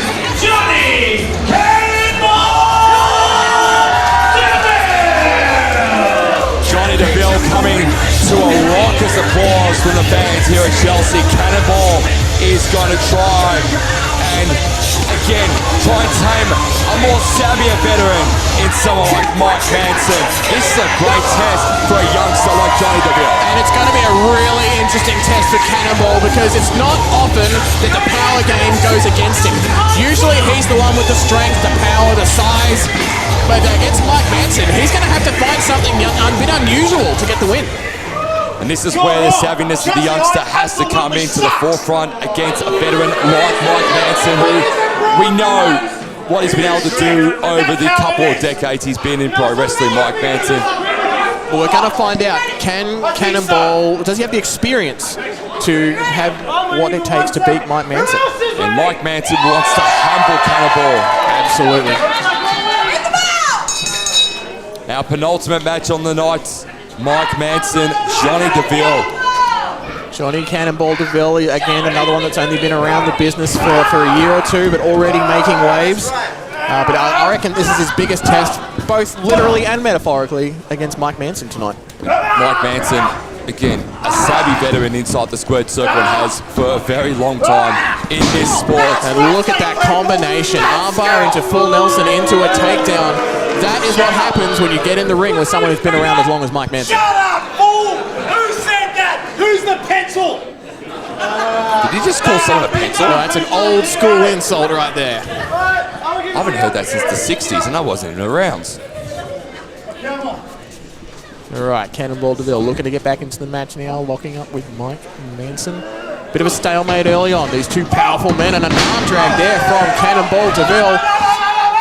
And, well, that scared Mike Manson off in the slightest. And Johnny Deville, that is a good way to get under the skin of a veteran like Mike Manson. Look, a quick arm drag and then just see what sort of sticks, and that sucked. And it really hurts Mike Manson because he doesn't even know how to feel about that. Yeah, well, I reckon it's not often that Mike Manson gets thrown around like that. So that arm drag might have just rattled him a little bit. He's not quite sure what to make of Cannonball Deville here as he gets to this, some classic brutal offense. There's nothing too smart about this or too thoughtful about it. It's just hit the guy as hard as you can, and we see it again. Huge swinging arm into the head of Johnny Deville. And this is just old school wrestling here from Mike Manson. This is his bread and butter. Remember, I said he's not here to get wins and losses. He's here to hurt people, and we can see it on Cannonball right now. This isn't about winning the match. This is about beating someone up. And not often do you see someone just go straight brawling to the outside as quickly as what Mike Manson's been able to do. This is real old school wrestling here from Mike Manson in this match. He knows Cannonball, maybe not as experienced. Maybe he doesn't know as much about going to the outside as Mike Manson does. It's all about old school versus new school, and at the moment, old school's beating new school in this one. Yeah, very firmly on top is Mike Manson as the crowd trying to get Cannonball back into it, and maybe that clothesline will help. And Johnny Deville starting to feel it now against the savvier veteran in Mike Manson. Look in the eyes of Cannonball. Nice splash in the corner. It's not often that people take it directly to Mike Manson, and he doesn't seem sure what to make of it. But the experience coming to the fore again, getting out of the way. We know Cannonball loves that move in the corner. Manson well scouted that time. Manson knew exactly what to do and skated away to the outside for a bit of a respite. Bit of a timeout, bit of a reset, no worries. He knew what Deville was going to do in that situation. He was going to land the Cannonball. And 9 times out of 10, when Deville's won matches, he's hit people with that pattern of cannonball, and it's pretty much the beginning of the end for his opposition. Yeah, exactly right. But again, there's the experience of Mike Manson. When you get into the ring with someone who's been around this long, they're going to know what you've got. Deville looking into the cold, dead eyes of Mike Manson in this one. Go Mike Manson taking control. Brutal blow again. Nothing scientific about it as we take a second look. Just forearm straight to the face of Johnny Cannonball Deville, and now Mike Manson back on top after that blow, and he's making the most of it. He is indeed. Again, Manson using some of the old style wrestling chokes there just to try and alleviate and stop the breathing there of Johnny Deville. And we saw back in that 5-pack challenge, we know how to count. Mike Manson also knows he's got until the ref says 5. Oh, look at the rake in the eyes there. Yeah, this is really, as we've been saying, old school wrestling. Nothing too scientific, nothing too flashy about it. Just do some damage as effectively as possible. And that's what he's doing to Cannonball in this match. Yeah, really targeting the head, the face of Johnny Deville. And, well, it might be in his best interest to actually give this one up and maintain his good looks. I don't think you've watched much of what Johnny Deville can do. He's a never give up, never say die attitude, and that's what we love about Johnny Deville. Yeah, well, as I was saying, not very smart, not very scientific, is it? Sometimes you have to make a business decision, and I think against Mike Manson, unwise to fight back. Make a business decision, live to fight another day. Well, it looks like he's disagreeing with your sentiments there, Van Cleef, because Johnny Deville's fought back a little bit. That headbutt getting Manson into the corner. Deville. Gonna whip him across into the turnbuckle. What's he got now, Johnny Deville? Splash. Sent it right where Manson left his chain. And a couple of punches to boot here at the Chelsea Heights Hotel by Johnny Cannonball Deville. And the crowd showing us that they too used to watch Play School with that 10 count there that they managed to follow along with. Well done, crowd. I didn't think you were that smart.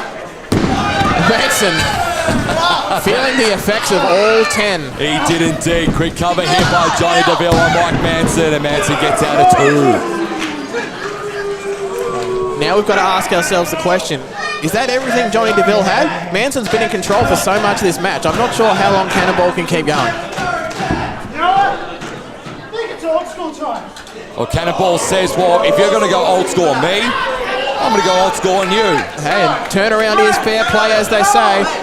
Mike Manson in a bit of trouble here. He's going to need to find something as Cannonball goes up to the turnbuckle and scaling the rope. As you call, a bit of old school here. Look at the balance of Cannonball straight down. And Mike Manson definitely undertook the old school nicely there by Johnny Deville. Yeah, and I think Mike Manson maybe underestimated the rookie here because he's looking in a bit of trouble right now. Oh, and another one to the turnbuckle. He's got good ring awareness and ring IQ, does Johnny Deville. He does, but beyond his years.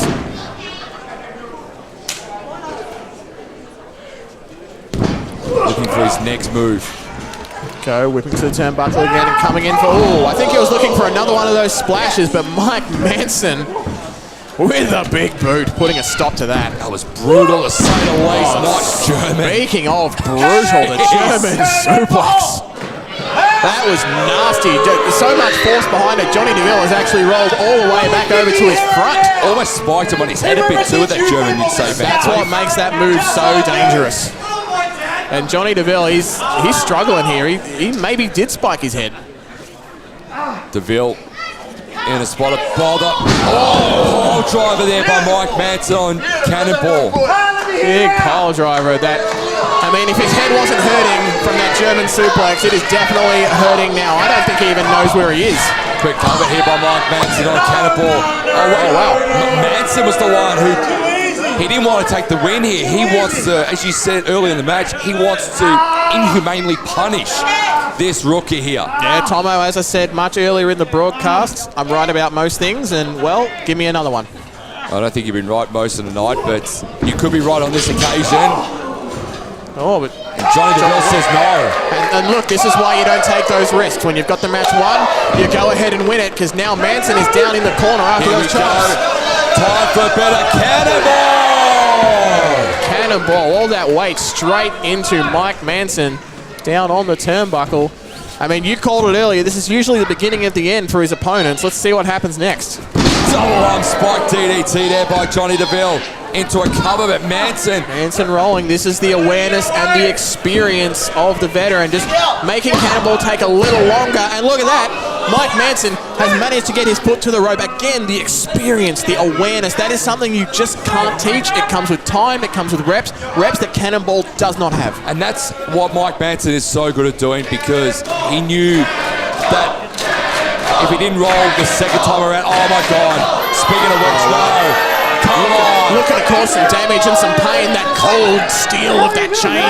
We talked about it earlier, the cold dead eyes of Mike Manson, and that chain is going to go with them if he can get this hit off here. Watch out, Cannonball.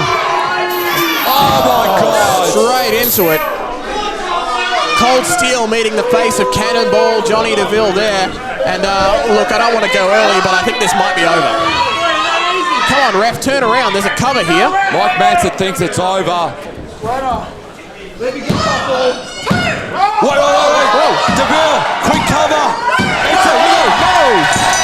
What a victory for Cannonball. Here's your winner, Johnny Cannonball Deville. And that is what you call outsmarting the veteran in Mike Manson, and Cannonball with a big victory. Here at Dominion Wrestling's highest on of Ankling. Look, that's another result that I'm going to be taking to appeal. Mike Manson had that one. Johnny Deville with cheap and frankly dirty tactics to go for the sneaky pin like that. Not having it. That's going up to the judiciary. That was smart there from Johnny Deville. He read that play so nicely. No, absolutely not having it. I'm going to write it down in my book. Mike Manson, W, Johnny Deville, L. That's what should have happened. I don't think that was what happened. It's what should have happened. Or maybe you should go backstage and consult your new mate, Mike Manson. The crowd very, very nicely giving Mike Manson a goodbye, an appreciation for what he's done here tonight.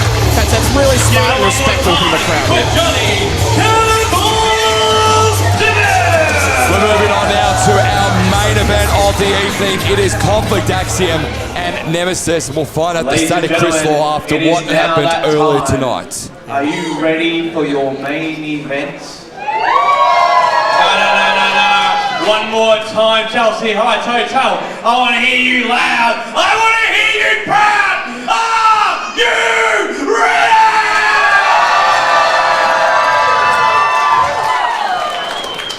Then let's get to it. Our main event of Dominion Wrestling highest honor is a 6-man tag team match, and it is scheduled for one fall. Introducing first. A lot's happened over the course of the evening, and while we know who the third man is now, Jed Hollow, after an impressive win against Shaun Young earlier tonight, decided to join Nemesis after low-blowing Chris Law earlier tonight. Of 270 kilograms, the team of Showtime Sean Cruz, the Arsenal Jed Hollow, and the Marksman Ross Winter. They are Nemesis. Jed Hollows showing everyone where his loyalties lie with that Nemesis flag after he wisely took out Chris Law to make this 6-man tag match a little easier for his partners.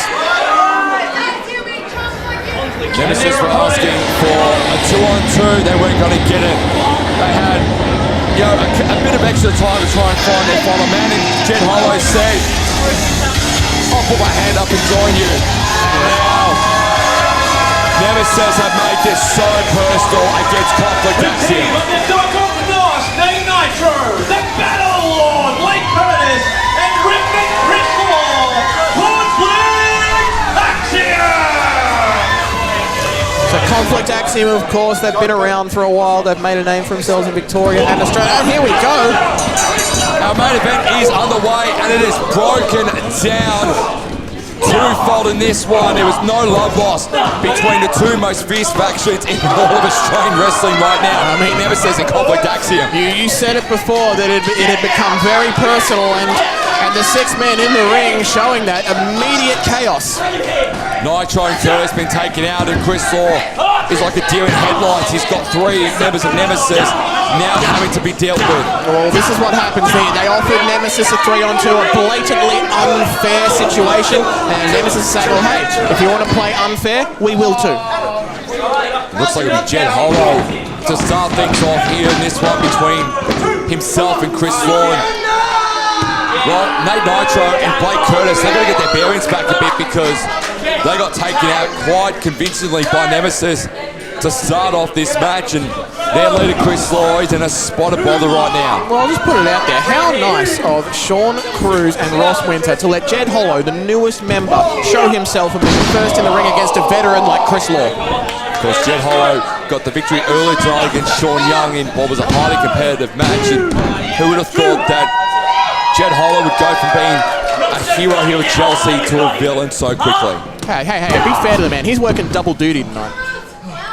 I'm not discounting the hardness of that from Jed Hollow. But I think that he should have known better than what he did earlier tonight. No, I think he saw an opportunity for a young wrestler to make a name for himself, to step up. It's a low blow, literally a low blow what he did to Chris Law, and it's a low blow to these paying people who were supporting Jed Hollow after what he went through against Shaun Young earlier tonight. When opportunity knocks, Jed Hollow answers as the double team from Jed Hollow and Ross Winter. And they're on the same page early on. We were thinking a bit earlier during intermission, are they going to be able to get along and work together? But no, they're showing absolutely no signs of being a new pairing. Jed Hollows has fitted in seamlessly with Nemesis and taken his opportunity, and he's looking every bit the better wrestler for it. Nate Nitro has got his bearings back in this one, and Blake Curtis still trying to find bearings in this one. There go Nate Nitro's bearings again. Now Blake Curtis back up, so he'd be one man in particular that Blake Curtis you would not want to get in the ring with right now is Blake Curtis. And speaking of which, here we go, Jed Hollow is starting to get a little bit there.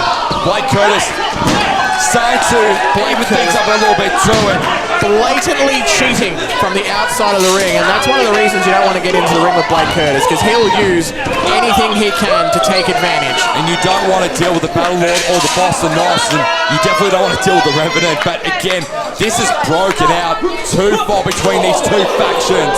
Blake Curtis wins his head, goes off the post by Blake Curtis. On the outside. Let's see that one again if we can. I'm not sure the cameraman had an angle on it, but goodness me, that looked painful. And as we said earlier, hardest part of the ring is the metal post. Absolutely, one of the most brutal parts, and Chris Law looking to go for the outside.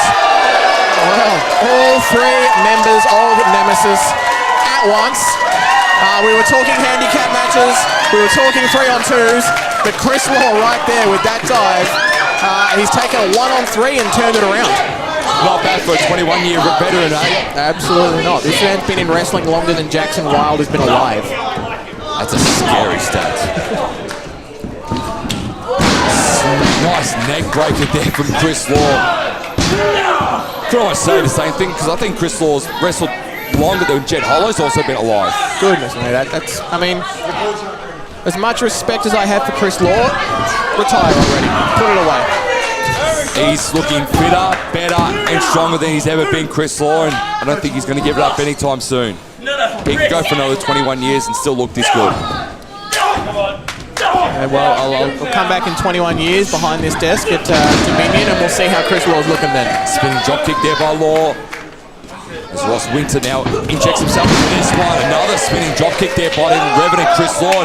Jed Hollow, he's going to end up with the trifecta for Chris Law there. So Nemesis copped it.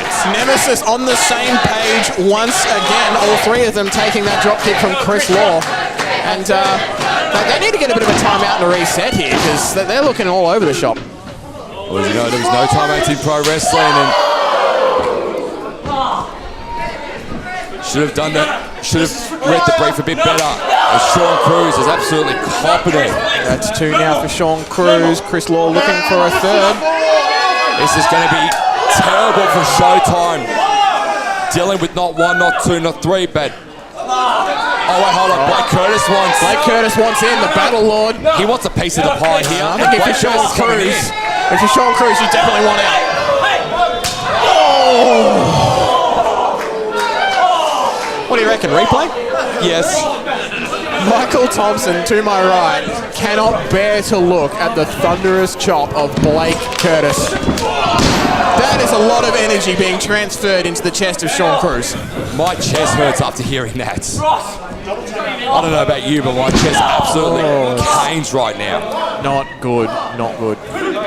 If nothing else, we know Shaun Cruz's heart still works just fine. Well, thank goodness for that, at least. It's a good tester. Here we go, the boss of Nos. The elevation off Blake Curtis and then down on Shaun Cruz again. Nemesis need to find something here or this is going to be over. This is indeed a quick cover there by Nate Nitro. And again, Conflict Axiom have held numerous tag goals across the country. And this is the reason why they're one of the best tag teams in the country right now, Conflict Axioms, because they know tandem tag team offense. And that was a great tandem tag team offense there from Conflict Axioms. Here we go, we're going to see a bit of triple threat offense perhaps now with the referee needs to get back in control here. This is a 3-on-1 against Shaun Cruz. This is not fair. And this is where Conflict Axiom do their best work. They are so good with the paint by numbers, and they've got the paint by numbers in their favour. Vintage Conflict Axiom there, Van Cleef. Yeah, just the kicks, the beatdown of Shaun Cruz. And Cruz kicking out, staying alive in this matchup, but if he can't get out of the ring and get one of these other members of Nemesis in, this is going to not last much longer at all. And I'm sure the fans here as well want to see this keep going. Boston Nos inside the ring now with Showtime Shaun Cruz. And look at the redness on the chest of Showtime. It just shows you the power of that shot from Blake Curtis earlier. And a very nice move by the Boston Nos, Nate Nitro, going for another cover here. But here comes Ross Winter saving the matchup. And again, that's good tag team wrestling. Get in there, prevent your partner from taking the pin. But Shaun Cruz has got to get a tag. He looks in a spot of bother to Shaun Cruz. Well, he looks like he doesn't even know where he is. But Nate Nitro, the distraction from Ross Winter leading to the tag, and Shaun Cruz is mercifully out of there. Ross Winter, the fresh man, coming in. Winter now going after the Boston Nos, Nate Nitro. He's got him over looking for that big suplex, and a textbook snap suplex there from Ross Winter. Into the cover now, only two. Nate Nitro staying alive. And Nemesis have retaken control of this six-man tag, and here comes the turncoat in Jed Hollow. You say turncoat, I say... Sorry, just had to pause there so we could hear that kick to the back. Recover here from Jed Hollow. Nate Nitro, you say turncoat, I say opportunity grabber. Opportunity knocks, but never twice. Jed Hollow saw a chance, he took it. He's the ultimate opportunist here at Dominion Pro Wrestling's Jed Hollow. This is how you make a name for yourself in wrestling. You take those chances. And credit where credit's due though, Jed Hollow having to wrestle not one but two matches tonight. Yeah, where does he find the energy? Oh, I'm gassed from running up there to claim my raffle prize. Yeah, you haven't stopped talking about your raffle prizes all night. Hey, I'm a lucky guy. Not bad for trying to get it 90 seconds out from the end of the raffle being closed. Yeah. As here we go, Jed Hollow's still in control here. Nate Nitro. Is Nemesis going to be lucky tonight to beat Conflict Axiom? That is the next question. Oh, they're going to beat Conflict Axiom, but they're not going to be lucky. Showtime back in the ring. And Nate Nitro's been isolated for a while here. He's taken a lot of offense from Nemesis. Here we go. We thought Showtime was going to give Conflict Axiom a receipt back for the redness on his chest, but opted to go with the stomp in the midsection instead. Here's the snarky, the brashness of Nemesis right here. Ross Winter, Jed Hollow. Cruz. Jed Hollow taking the ref to the corner there to inspect the equipment. It appears to have malfunctioned. And the other members of Nemesis, Ross Winter and Shaun Cruz, taking advantage. And he's just showing himself. He's a good teammate.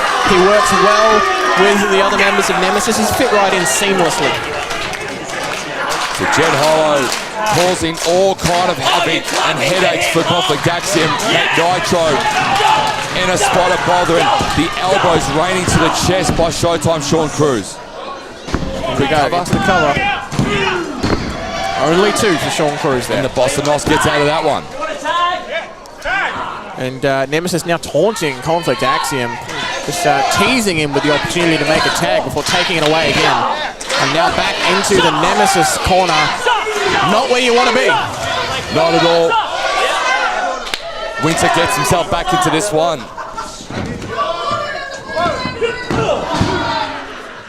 Here we go. Look at a double team from Nemesis. Oh, jeez. Shaun Cruz up and down for that leg drop by Ross Winter. And Chris Law.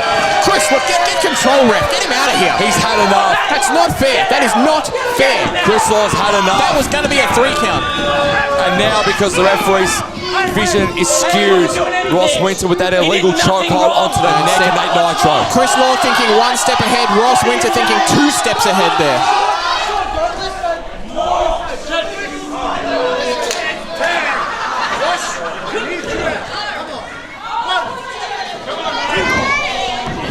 As we've just been served some Big Hoss $5 burgers, Tomo's going to indulge, so now you get me for the next little while he puts that down.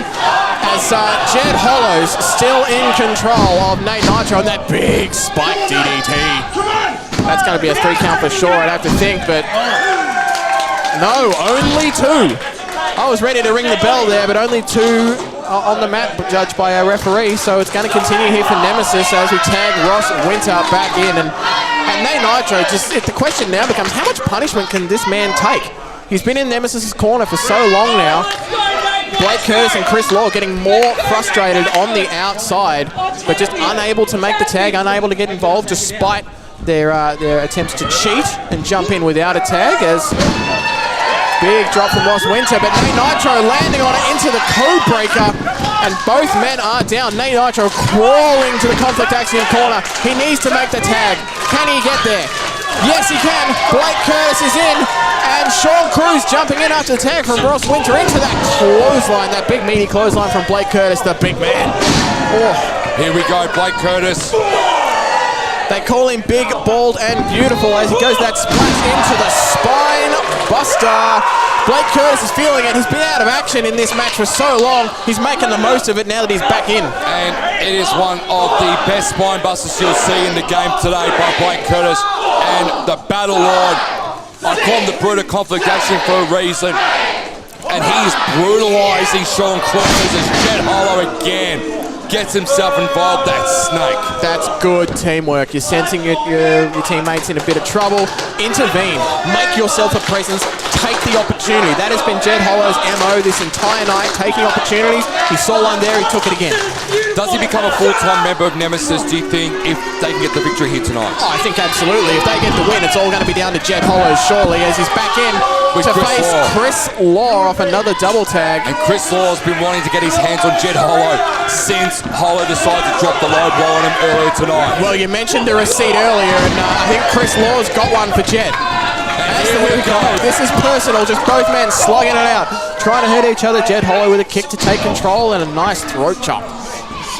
Jed Hollow taking advantage now on Chris Law. Here we go, setting him up for the whip. Chris Law off the ropes, gets under the clothesline and delivers one of his own. Into a second, Jed Hollow doesn't know where he is right now. Law goes underneath, spear! Oh, big spear. Quick cover here. Law wants to end Hollow here, and Hollow kicks out at 2. Those kicks out, good for him as well. You wouldn't want to take the pin from Chris Law after the attack earlier to make himself a member of Nemesis. I think Law's looking for potentially the stunner. He was waiting for Hollow to get up, but Hollow not getting up as quickly as what he thought it would. Oh, not again. Wow. There was mention of opportunities and taking them, and Jed Hollow has spotted one and taken it. Here comes the boss of NOS. Nate Nitro's had enough. Oh, come on, ref. He's staring straight at it. Referee staring straight at the action and not making the call. He's got to get Nate Nitro out of here. This is supposed to be a tag team match. This is supposed to be clean wrestling at the moment. This is a 2-on-1 assault. This is not fair for Jed Hollow. Here we go, stunner to Jed. And Chris Law's been waiting all night to do that. It's over now. Hollow put down by Chris Law. And Conflict Action get the victory.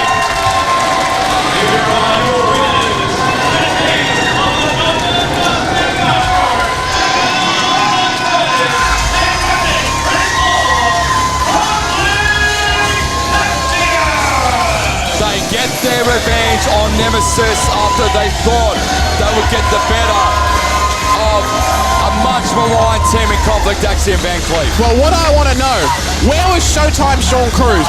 Where was Ross Winter? Jeb Hollows was pinned after the stunner in the middle of the ring. One if not both of those men needed to get in there to break up that pin and get this match continuing. Where were Jed Hollow's teammates? Nonetheless, they weren't there for him, but Chris Law was there, or Blake Curzon, Nitro, I should say, was there for Chris Law, and Conflict Axiom get the job done. That's right, Conflict Axiom getting the win at the main event of highest honor at Dominion Pro Wrestling, but I'm sure this story is not over. And as we look ahead to June 13th at the Tyab Community Centre, I am certain Nemesis will have more to say about this match. Absolutely, that is us done and dusted here from the Chelsea Heights Hotel. We'll see you in a few months' time at the Tyab Community Centre, June 13th. June 13th. Dominion Pro Wrestling returns, and this time we're heading to Tyab. A bit of a road trip, but it's going to be cold, but as you said earlier, the action is continuing to heat up here. Good night from the Chelsea Heights Hotel. A massive win for Conflict Axiom to end Dominion Pro Wrestling's highest honor.